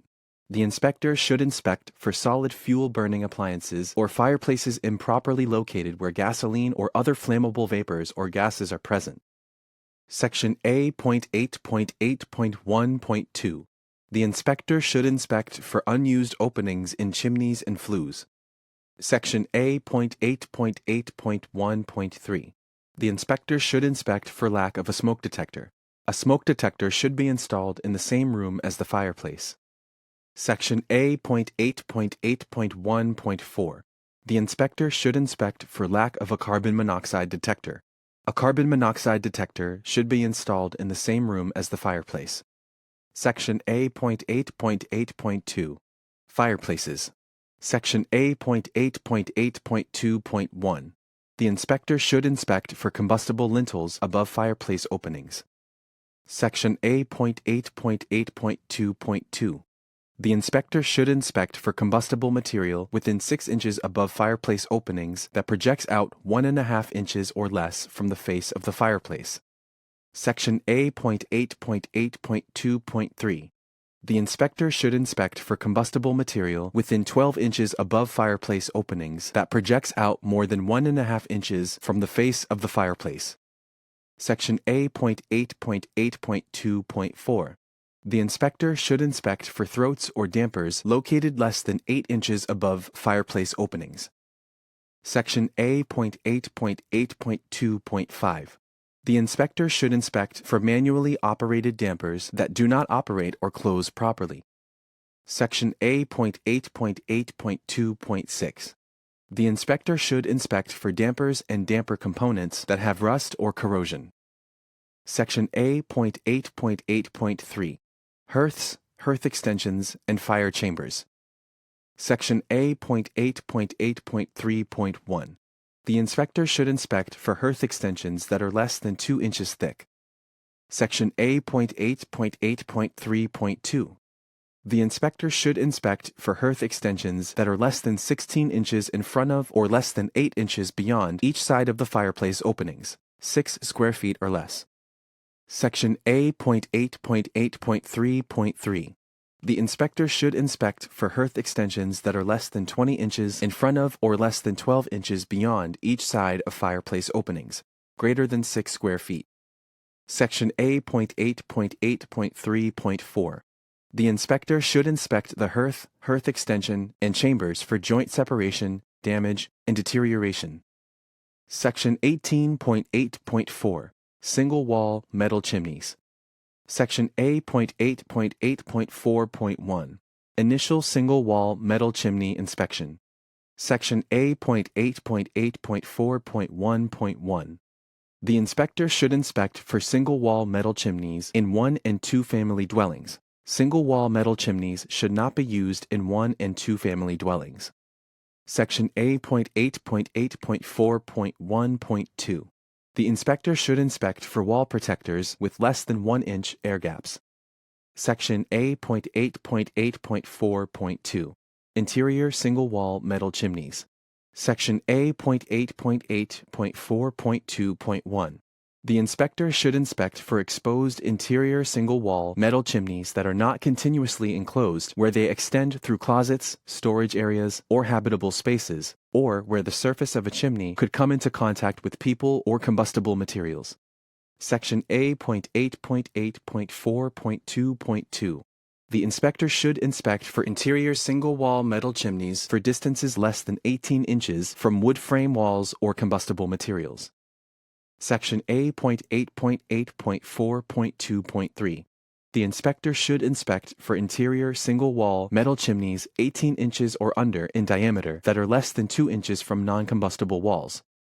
Section A.8.8.4.2.4 The inspector should inspect for interior single-wall metal chimneys over 18 inches in diameter that are less than 4 inches from non-combustible walls. Section A.8.8.4.3 Exterior single-wall metal chimneys.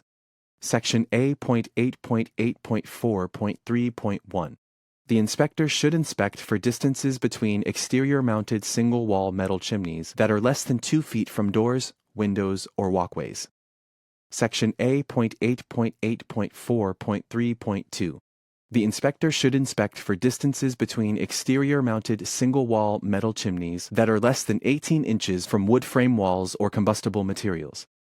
Section A.8.8.4.3.3 The inspector should inspect for distances between exterior-mounted single-wall metal chimneys 18 inches or under in diameter that are less than 2 inches from non-combustible walls. Section A.8.8.4.3.4 The inspector should inspect for distances between exterior-mounted single-wall metal chimneys over 18 inches in diameter that are less than 4 inches from non-combustible walls. Section A.8.8.5 Chimney outlets. Section A.8.8.5.1 The inspector should inspect for missing ventilating thimbles where chimneys pass through combustible roofs. Section A.8.8.5.2 The inspector should inspect for chimneys that terminate less than 3 feet above the highest point where they pass through the roof surface. Section A.8.8.5.3 The inspector should inspect for chimneys that terminate less than 2 feet above any portion of a building within 10 feet. Section A.8.8.5.4 The inspector should inspect for chimneys that terminate less than 3 feet from adjacent buildings or building openings. Section A.8.8.5.5 The inspector should inspect for chimneys that terminate less than 10 feet above grade or walkways.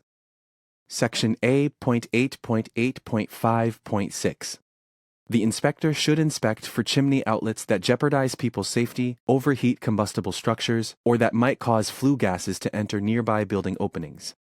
Section A.8.8.5.7. The inspector should inspect the crowns of masonry chimneys for slopes that direct water into flues. Section A.8.8.6. Flues and liners. Section A.8.8.6.1. The inspector should inspect for galvanized flues and connectors. Flues and connectors should not be galvanized. Section A.8.8.6.2. The inspector should inspect readily accessible and visible flues for rust and corrosion. Section A.8.8.6.3. The inspector should inspect for masonry chimneys that are not lined. All masonry chimneys should be lined. Section A.8.8.6.4. The inspector should inspect for linings that don't extend the entire length of the chimney to a level of 2 inches or more above the crown, splay, or wash.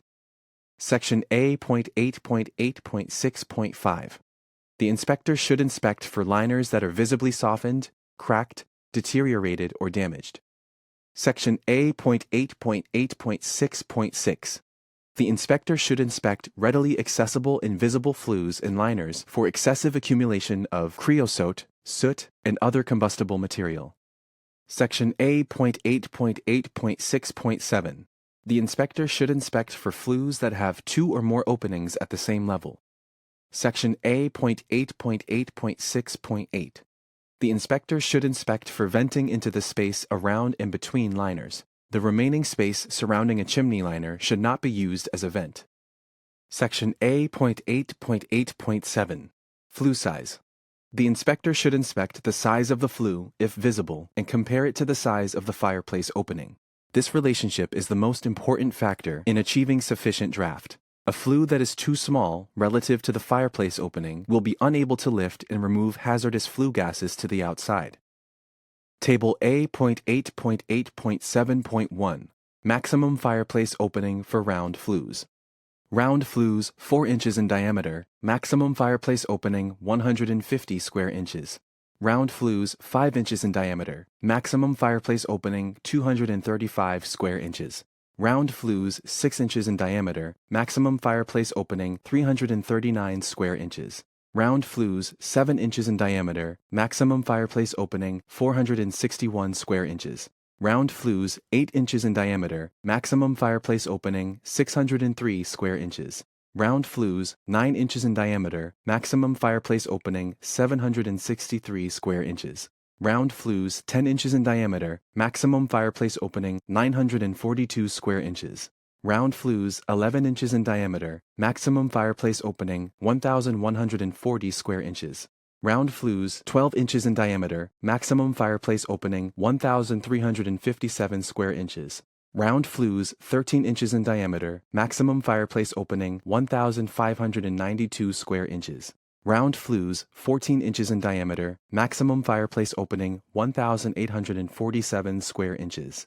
Round flues 15 inches in diameter, maximum fireplace opening 2,120 square inches. Round flues 16 inches in diameter, maximum fireplace opening 2,412 square inches. Round flues 17 inches in diameter, maximum fireplace opening 2,723 square inches. Round flues 18 inches in diameter, maximum fireplace opening 3,053 square inches. Round flues 19 inches in diameter, maximum fireplace opening 3,402 square inches. Round flues 20 inches in diameter, maximum fireplace opening 3,769 square inches. Round flues 21 inches in diameter, maximum fireplace opening 4,156 square inches. Round flues 22 inches in diameter, maximum fireplace opening 4,561 square inches. Round flues 23 inches in diameter, maximum fireplace opening 4,985 square inches. Round flues 24 inches in diameter, maximum fireplace opening 5,428 square inches. Round flues 25 inches in diameter, maximum fireplace opening 5,890 square inches. Round flues 26 inches in diameter, maximum fireplace opening 6,371 square inches. Round flues, 27 inches in diameter, maximum fireplace opening, 6,870 square inches. Round flues, 28 inches in diameter, maximum fireplace opening, 7,389 square inches. Round flues, 29 inches in diameter, maximum fireplace opening, 7,926 square inches. Round flues, 30 inches in diameter, maximum fireplace opening, 8,482 square inches. Maximum fireplace opening in square inches for rectangular flues. Please see document for full chart. Section 8.8.8.8 Connectors. Solid wood burning appliance to chimney. Section A.8.8.8.1 The inspector should inspect for connectors from solid fuel burning appliances that have a rise to the chimney of less than 1/4 inch per foot. Section A.8.8.8.2 The inspector should inspect for connectors that are not as short or straight as practical. Section A.8.8.8.3 The inspector should inspect for connectors that are covered with insulation. Section A.8.8.8.4 The inspector should inspect for connectors of natural draft appliances connected to the positive pressure side of a mechanical draft systems. Section A.8.8.8.5 The inspector should inspect for larger connectors entering a flue above smaller connectors. Section A.8.8.9 Cleanouts. Section A.8.8.9.1 The inspector should inspect cleanouts for doors and frames that are not made of metal, precast cement, or other non-combustible material. Section A.8.8.9.2 The inspector should inspect combustible materials projected beyond the faces of chimneys that are within 18 inches of cleanout openings. Section A.8.8.9.3 The inspector should inspect for combustible materials stored within 18 inches of cleanout doors. Section A.8.8.9.4 The inspector should inspect cleanout doors that are obstructed or do not close tightly. Section A.8.8.9.5 The inspector should inspect the interior cleanout's lower edge for heights above the lowest accessible floor level that are less than 16 inches. Section A.8.8.9.6 The inspector should inspect the exterior cleanout's lower edge for heights above grade that are less than 16 inches. Section A.8.8.9.7 The inspector should inspect the bases of chimney flues for distances that are not between 6 and 12 inches below the bottom edges of their cleanout openings. Section A.8.9 Sample Reporting Language. Phase 1 Fireplace and Chimney Inspection Report. Client, blank. Location of fireplace and chimney, blank. This inspection was performed in substantial compliance with the CCPIA Phase 1 Standards of Practice for inspecting fireplaces and chimneys. It exceeds what is required by CCPIA's ComSOP and InterNACHI's Residential Standards of Practices. The inspection shall include examination of readily accessible invisible portions of solid fuel burning, low-heat fireplaces and chimneys. The inspection is not all-inclusive or technically exhaustive. The goal of this inspection is to provide observations which may lead to the decrease of the hazards associated with fireplaces and chimneys. Blank. The inspector noted solid fuel burning appliances or fireplaces located where gasoline or other flammable vapors or gases were present. Blank. The inspector noted unused openings in chimneys or flues. Blank. The inspector noted missing smoke detectors. A smoke detector should be installed in the same room as the fireplace. Blank. The inspector noted missing carbon monoxide detectors. A carbon monoxide detector should be installed in the same room as the fireplace. Blank. The inspector noted a combustible lintel over the fireplace opening. Blank. The inspector noted combustible material within 6 inches above the fireplace opening that projects out less than 1.5 inches from the face of the fireplace. Blank. The inspector noted combustible material within 12 inches above the fireplace opening that projects out more than 1.5 inches from the face of the fireplace. Blank. The inspector noted the throat or damper is located less than 8 inches above the fireplace opening. Blank. The inspector noted that the manually operated damper did not operate or close properly. Blank. The inspector noted that the damper or damper components had rust or corrosion. Blank. The inspector noted that the hearth extension is less than 2 inches thick. Blank. The inspector noted that the hearth extension was less than 16 inches in front of or less than 8 inches beyond each side of the opening, if less than 6 square feet. Blank. The inspector noted that the hearth extension was less than 20 inches in front of or less than 12 inches beyond each side of the opening, if 6 square feet or greater. Blank. The inspector noted hearths, hearth extensions, or chambers that had joint separation, damage, or deterioration. Blank. The inspector noted single-wall metal chimneys in 1 or 2 family dwellings. Single-wall metal chimneys should not be used in 1 and 2 family dwellings. Blank. The inspector noted wall protectors or heat shields with less than 1-inch air gaps. Blank. The inspector noted an exposed interior single-wall metal chimney that was not continuously enclosed where it extended through closets, storage areas, or habitable spaces, or where the surface of the chimney could come into contact with people or combustible materials. Blank. The inspector noted an interior single-wall metal chimney less than 18 inches from a wood frame wall or combustible material. Blank. The inspector noted an interior single-wall metal chimney 18 inches or under in diameter, less than 2 inches from a non-combustible wall. Blank.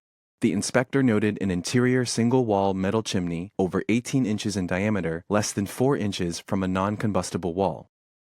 Blank. The inspector noted that the distance between an exterior-mounted single-wall metal chimney was less than 2 feet from a door, window, or walkway. Blank. The inspector noted that the distance between an exterior-mounted single-wall metal chimney was less than 18 inches from a wood frame wall or combustible material.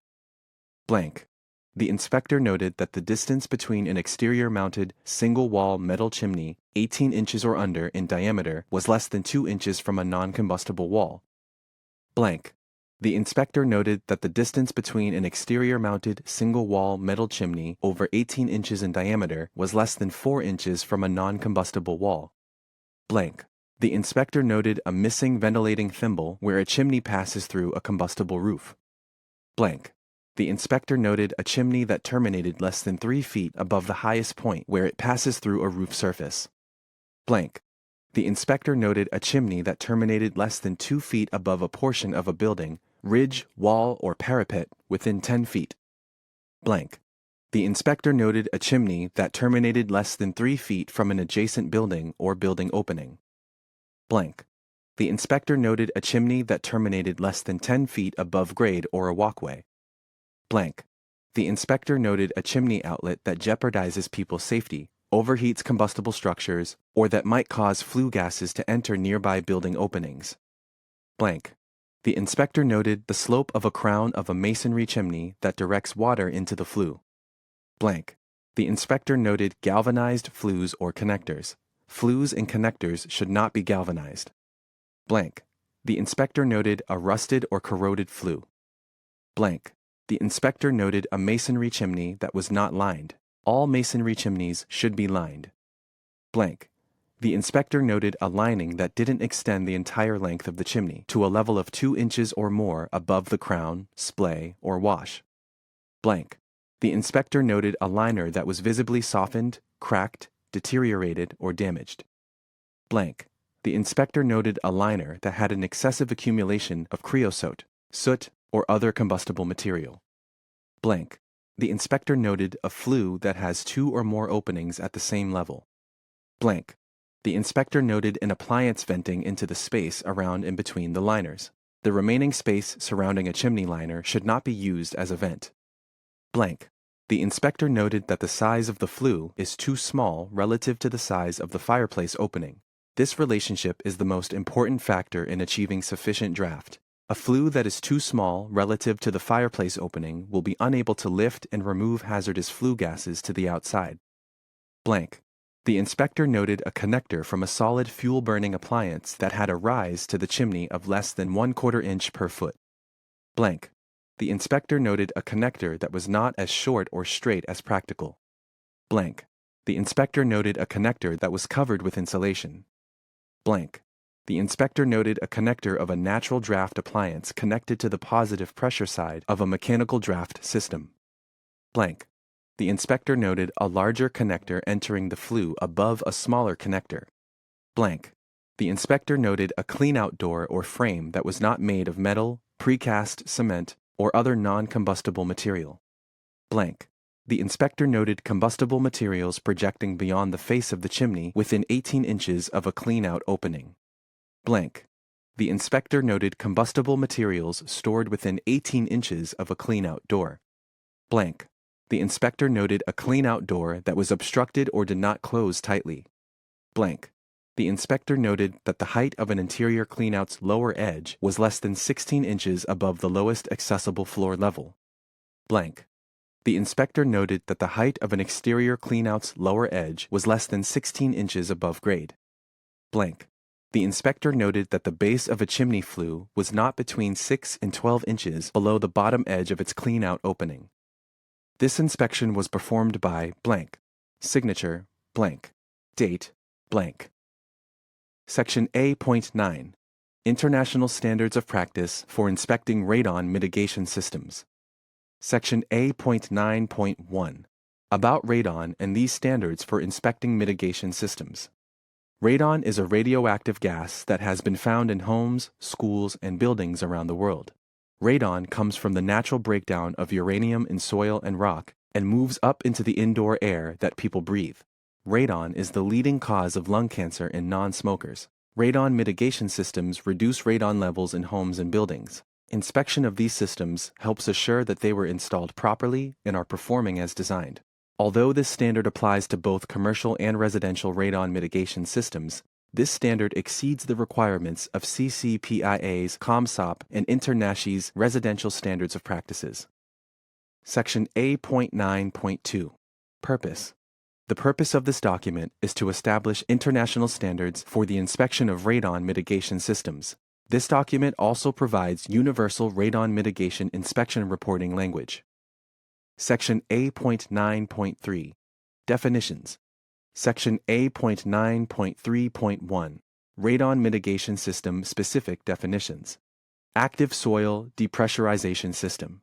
One or more of the following types of radon mitigation systems involving mechanically driven soil depressurization, subslab depressurization, sump depressurization, drain tile depressurization, submembrane depressurization, hollow block wall depressurization, and crawlspace depressurization. Crawlspace depressurization. An active radon mitigation system that lowers the air pressure inside a crawlspace in relation to the rooms adjacent or above the crawlspace. A fan draws air directly from the airspace of the crawlspace and discharges the air outside. This type of system is typically not the best choice because of the great potential for appliance backdrafting and energy loss. Defect. A condition of a radon mitigation system that may have an adverse impact on its performance. Depressurization. A negative pressure created in one area compared to an adjacent area. Discharge. The end of a vent stack pipe open to outside air. Drain tile depressurization. An active soil depressurization system whereby a suction point is located at a drain tile. Heat recovery ventilation or HRV system. A system that lowers radon levels by using outside air to dilute and pressurize indoor air. HRV systems are considered active radon systems. Hollow block wall depressurization. An active radon system that depressurizes the open spaces within concrete block foundation walls. Inspection. A non-invasive visual examination of a radon mitigation system. Manifold pipe. Pipe between a vent stack pipe and suction point pipe with 2 or more suction points. Radon mitigation system.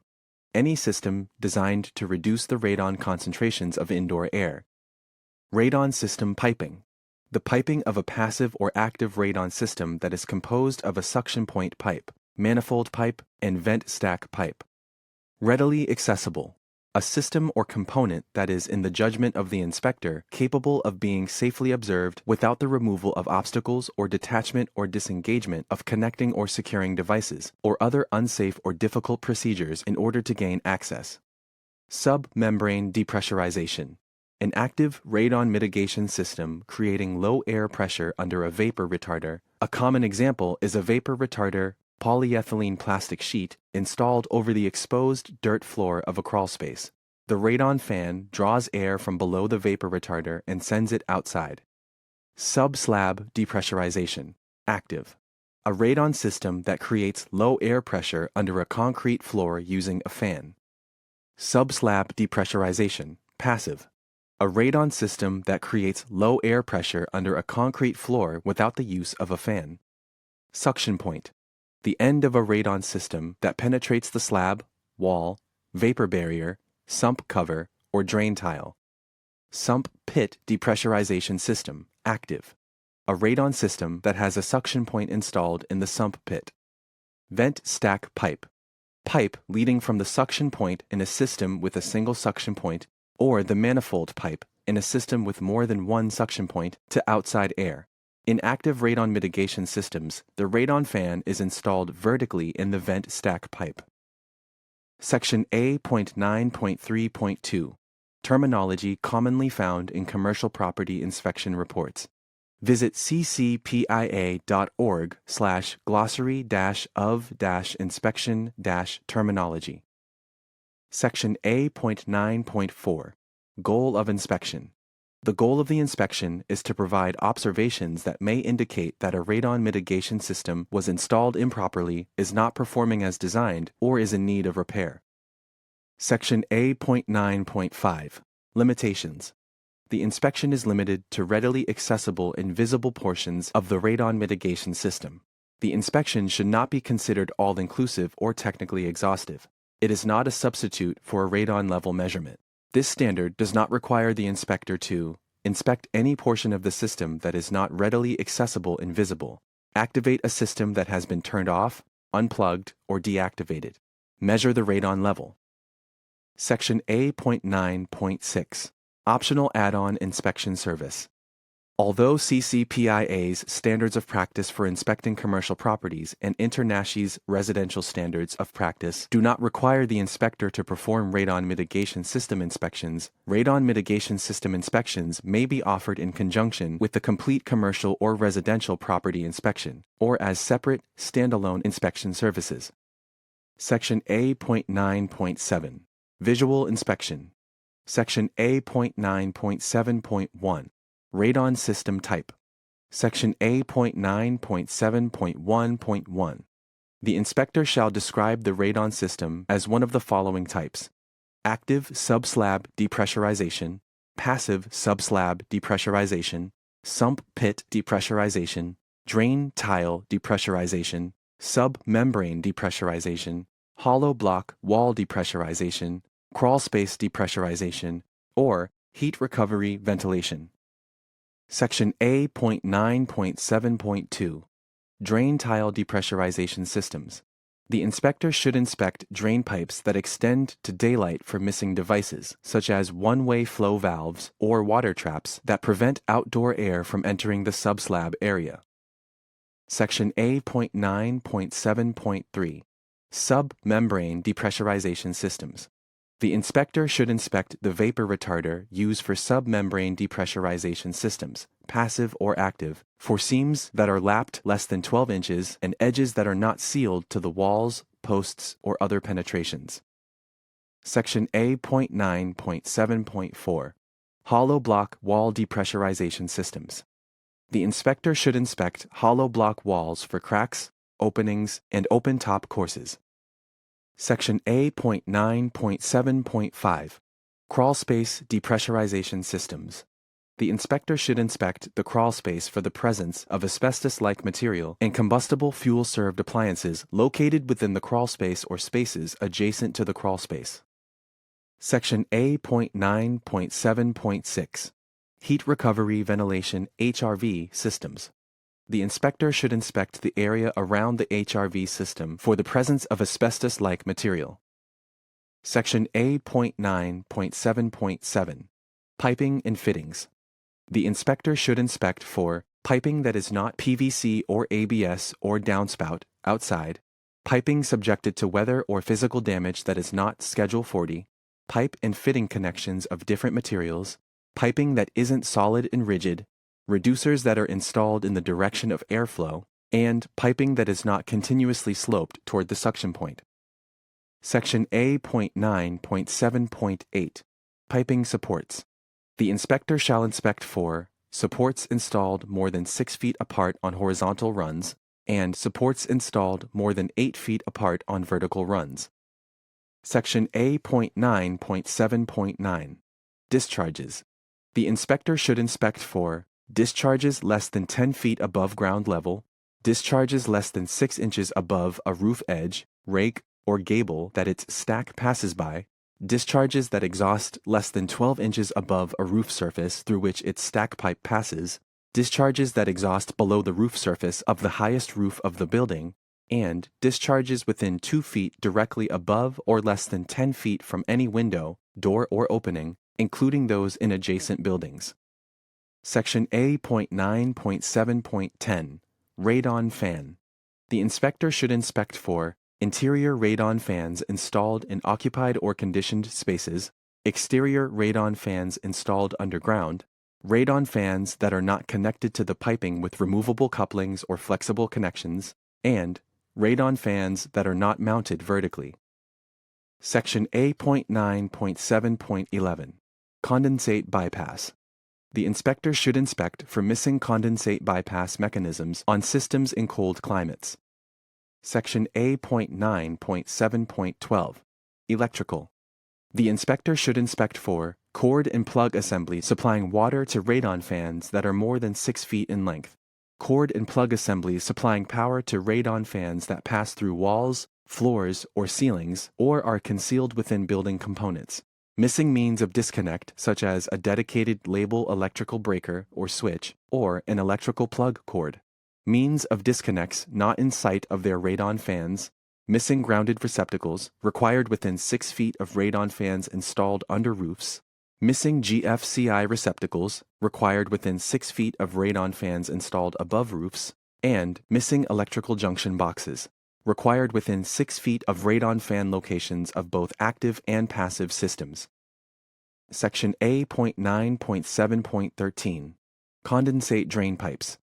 The inspector should inspect for condensate drain pipes that are not directed into condensate pumps, not directed into trapped floor drains, or do not have 6-inch or greater standing water trap seals. Section A.9.7.14 Monitoring Device. The inspector should inspect for missing airflow or pressure monitoring devices that are required to provide easily visible or audible indication of system failure or performance in active systems. Section A.9.7.15 Labeling. The inspector should inspect for missing piping labels required on each floor to identify piping as part of a radon system, missing labels on the plastic vapor barrier, if installed, labels that are illegible from a distance of 3 feet, piping or vapor barrier labels that fail to display one of the following, quote, radon mitigation system, end quote, quote, radon reduction system, end quote, quote, radon system, end quote, or, quote, radon removal system, end quote.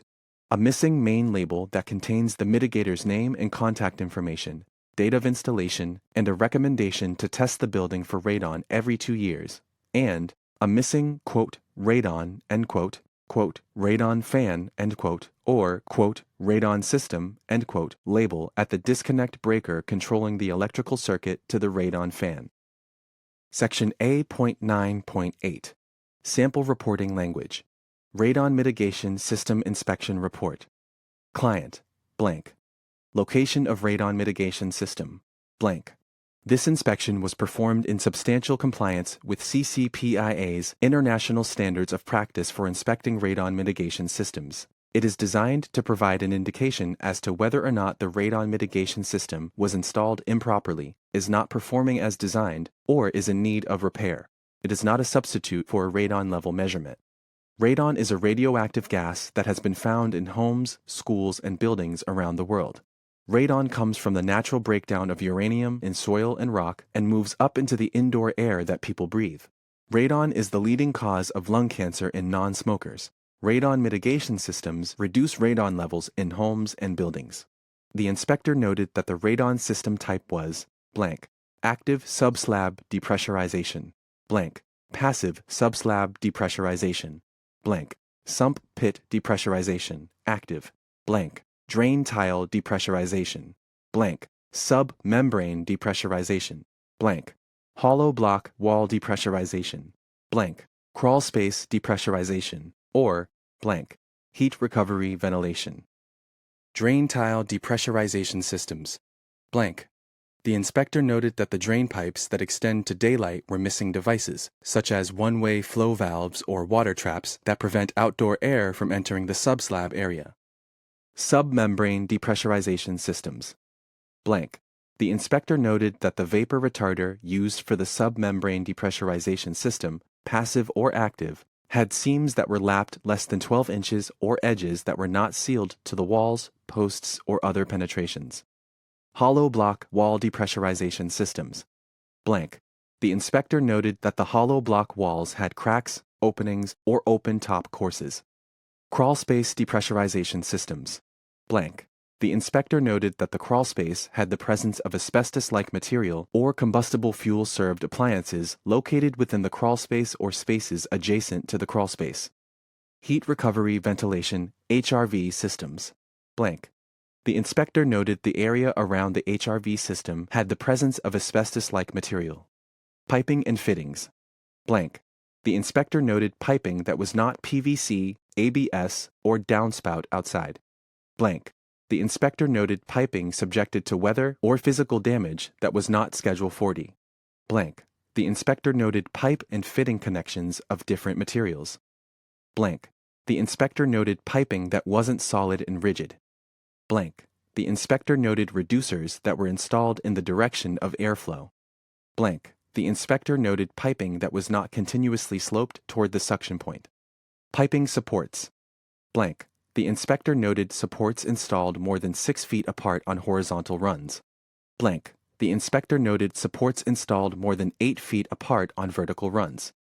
Discharges, blank. The inspector noted discharges less than 10 feet above ground level, blank. The inspector noted discharges less than 6 inches above a roof edge, rake, or gable that its stack passes by, blank. The inspector noted discharges that exhausted less than 12 inches above a roof surface through which its stack pipe passes, blank. The inspector noted discharges that exhausted below the roof surface of the highest roof of the building, blank. The inspector noted discharges within 2 feet directly above or less than 10 feet from a window, door, or opening. Radon fan. The inspector noted interior radon fans installed in occupied or conditioned spaces, blank. The inspector noted exterior radon fans installed underground, blank. The inspector noted radon fans that were not connected to the piping with removable couplings or flexible connections, blank. The inspector noted radon fans that were not mounted vertically. Condensate bypass, blank. The inspector noted missing condensate bypass mechanisms on a system in a cold climate. Electrical, blank. The inspector noted cord and plug assemblies supplying power to radon fans that were more than 6 feet in length, blank. The inspector noted cord and plug assemblies supplying power to radon fans that passed through walls, floors, or ceilings or were concealed within building components, blank. The inspector noted missing means of disconnect such as a dedicated, labeled electrical breaker or switch or an electrical plug cord, blank. The inspector noted means of disconnects not in sight of their radon fans, blank. The inspector noted missing grounded receptacles required within 6 feet of radon fans installed under roofs, blank. The inspector noted missing GFCI receptacles required within 6 feet of radon fans installed above roofs, blank. The inspector noted missing electrical junction boxes required within 6 feet of radon fan locations of both active and passive systems. Condensate drain pipes, blank. The inspector noted condensate drain pipes that were not directed into condensate pumps, not directed into trapped floor drains, or did not have 6-inch or greater standing water trap seals. Monitoring device, blank. The inspector noted missing airflow or pressure monitoring devices that are required to provide easily visible or audible indication of system failure or performance in active systems. Labeling. Blank. The inspector noted missing piping labels required on each floor to identify piping as part of a radon system. Blank. The inspector noted missing labels on the plastic vapor barrier, if installed. Blank. The inspector noted labels that were illegible from a distance of 3 feet. Blank. The inspector noted piping or vapor barrier labels that failed to display one of the following: quote, radon mitigation system, end quote, quote, radon reduction system, end quote, quote, radon system, end quote, or, quote, radon removal system, end quote. Blank. The inspector noted a missing main label containing the mitigator's name and contact information, date of installation, and a recommendation to test the building for radon every 2 years. Blank. The inspector noted a missing, quote, radon, end quote, quote, radon fan, end quote, or, quote, radon system, end quote, label at the disconnect or breaker controlling the electrical circuit to the radon fan. This inspection was performed by blank. Signature, blank. Date, blank. Section A.10. The future of this standard and ancillary documents. The International Standards of Practice for Inspecting Commercial Properties, ComSOP, is a living document. Revisions will be made and posted at ccpia.org/ComSOP. CCPIA is currently focusing on standardizing commercial property inspections to better serve inspectors and meet industry expectations, developing standards and ancillary documents as part of commercial property inspector services, assisting companies that produce reporting software for commercial property inspectors, delivering education and training for commercial property inspectors, and producing versions of this standard in various languages. Please submit suggestions for improvements to this standard and join us in our message board discussion regarding this standard at forum.nachi.org/c/specific-inspections-topics/commercial-inspections-ccpia/39. Formal requests should be emailed to fastreply@ccpia.org or mailed to CCPIA 1750 30th Street, Suite 301, Boulder, Colorado 80301. Section A.11. Recommended training. Training and education for performing commercial property inspections that support both the use and understanding of this standard, as well as the broader knowledge and skills necessary to inspect properties, report conditions, and meet client expectations, are available through CCPIA. Training options are designed to support inspectors at every skill level and are offered in accessible formats to accommodate different learning preferences, including on-demand online courses, live online fast-track classes, and in-person and hands-on training.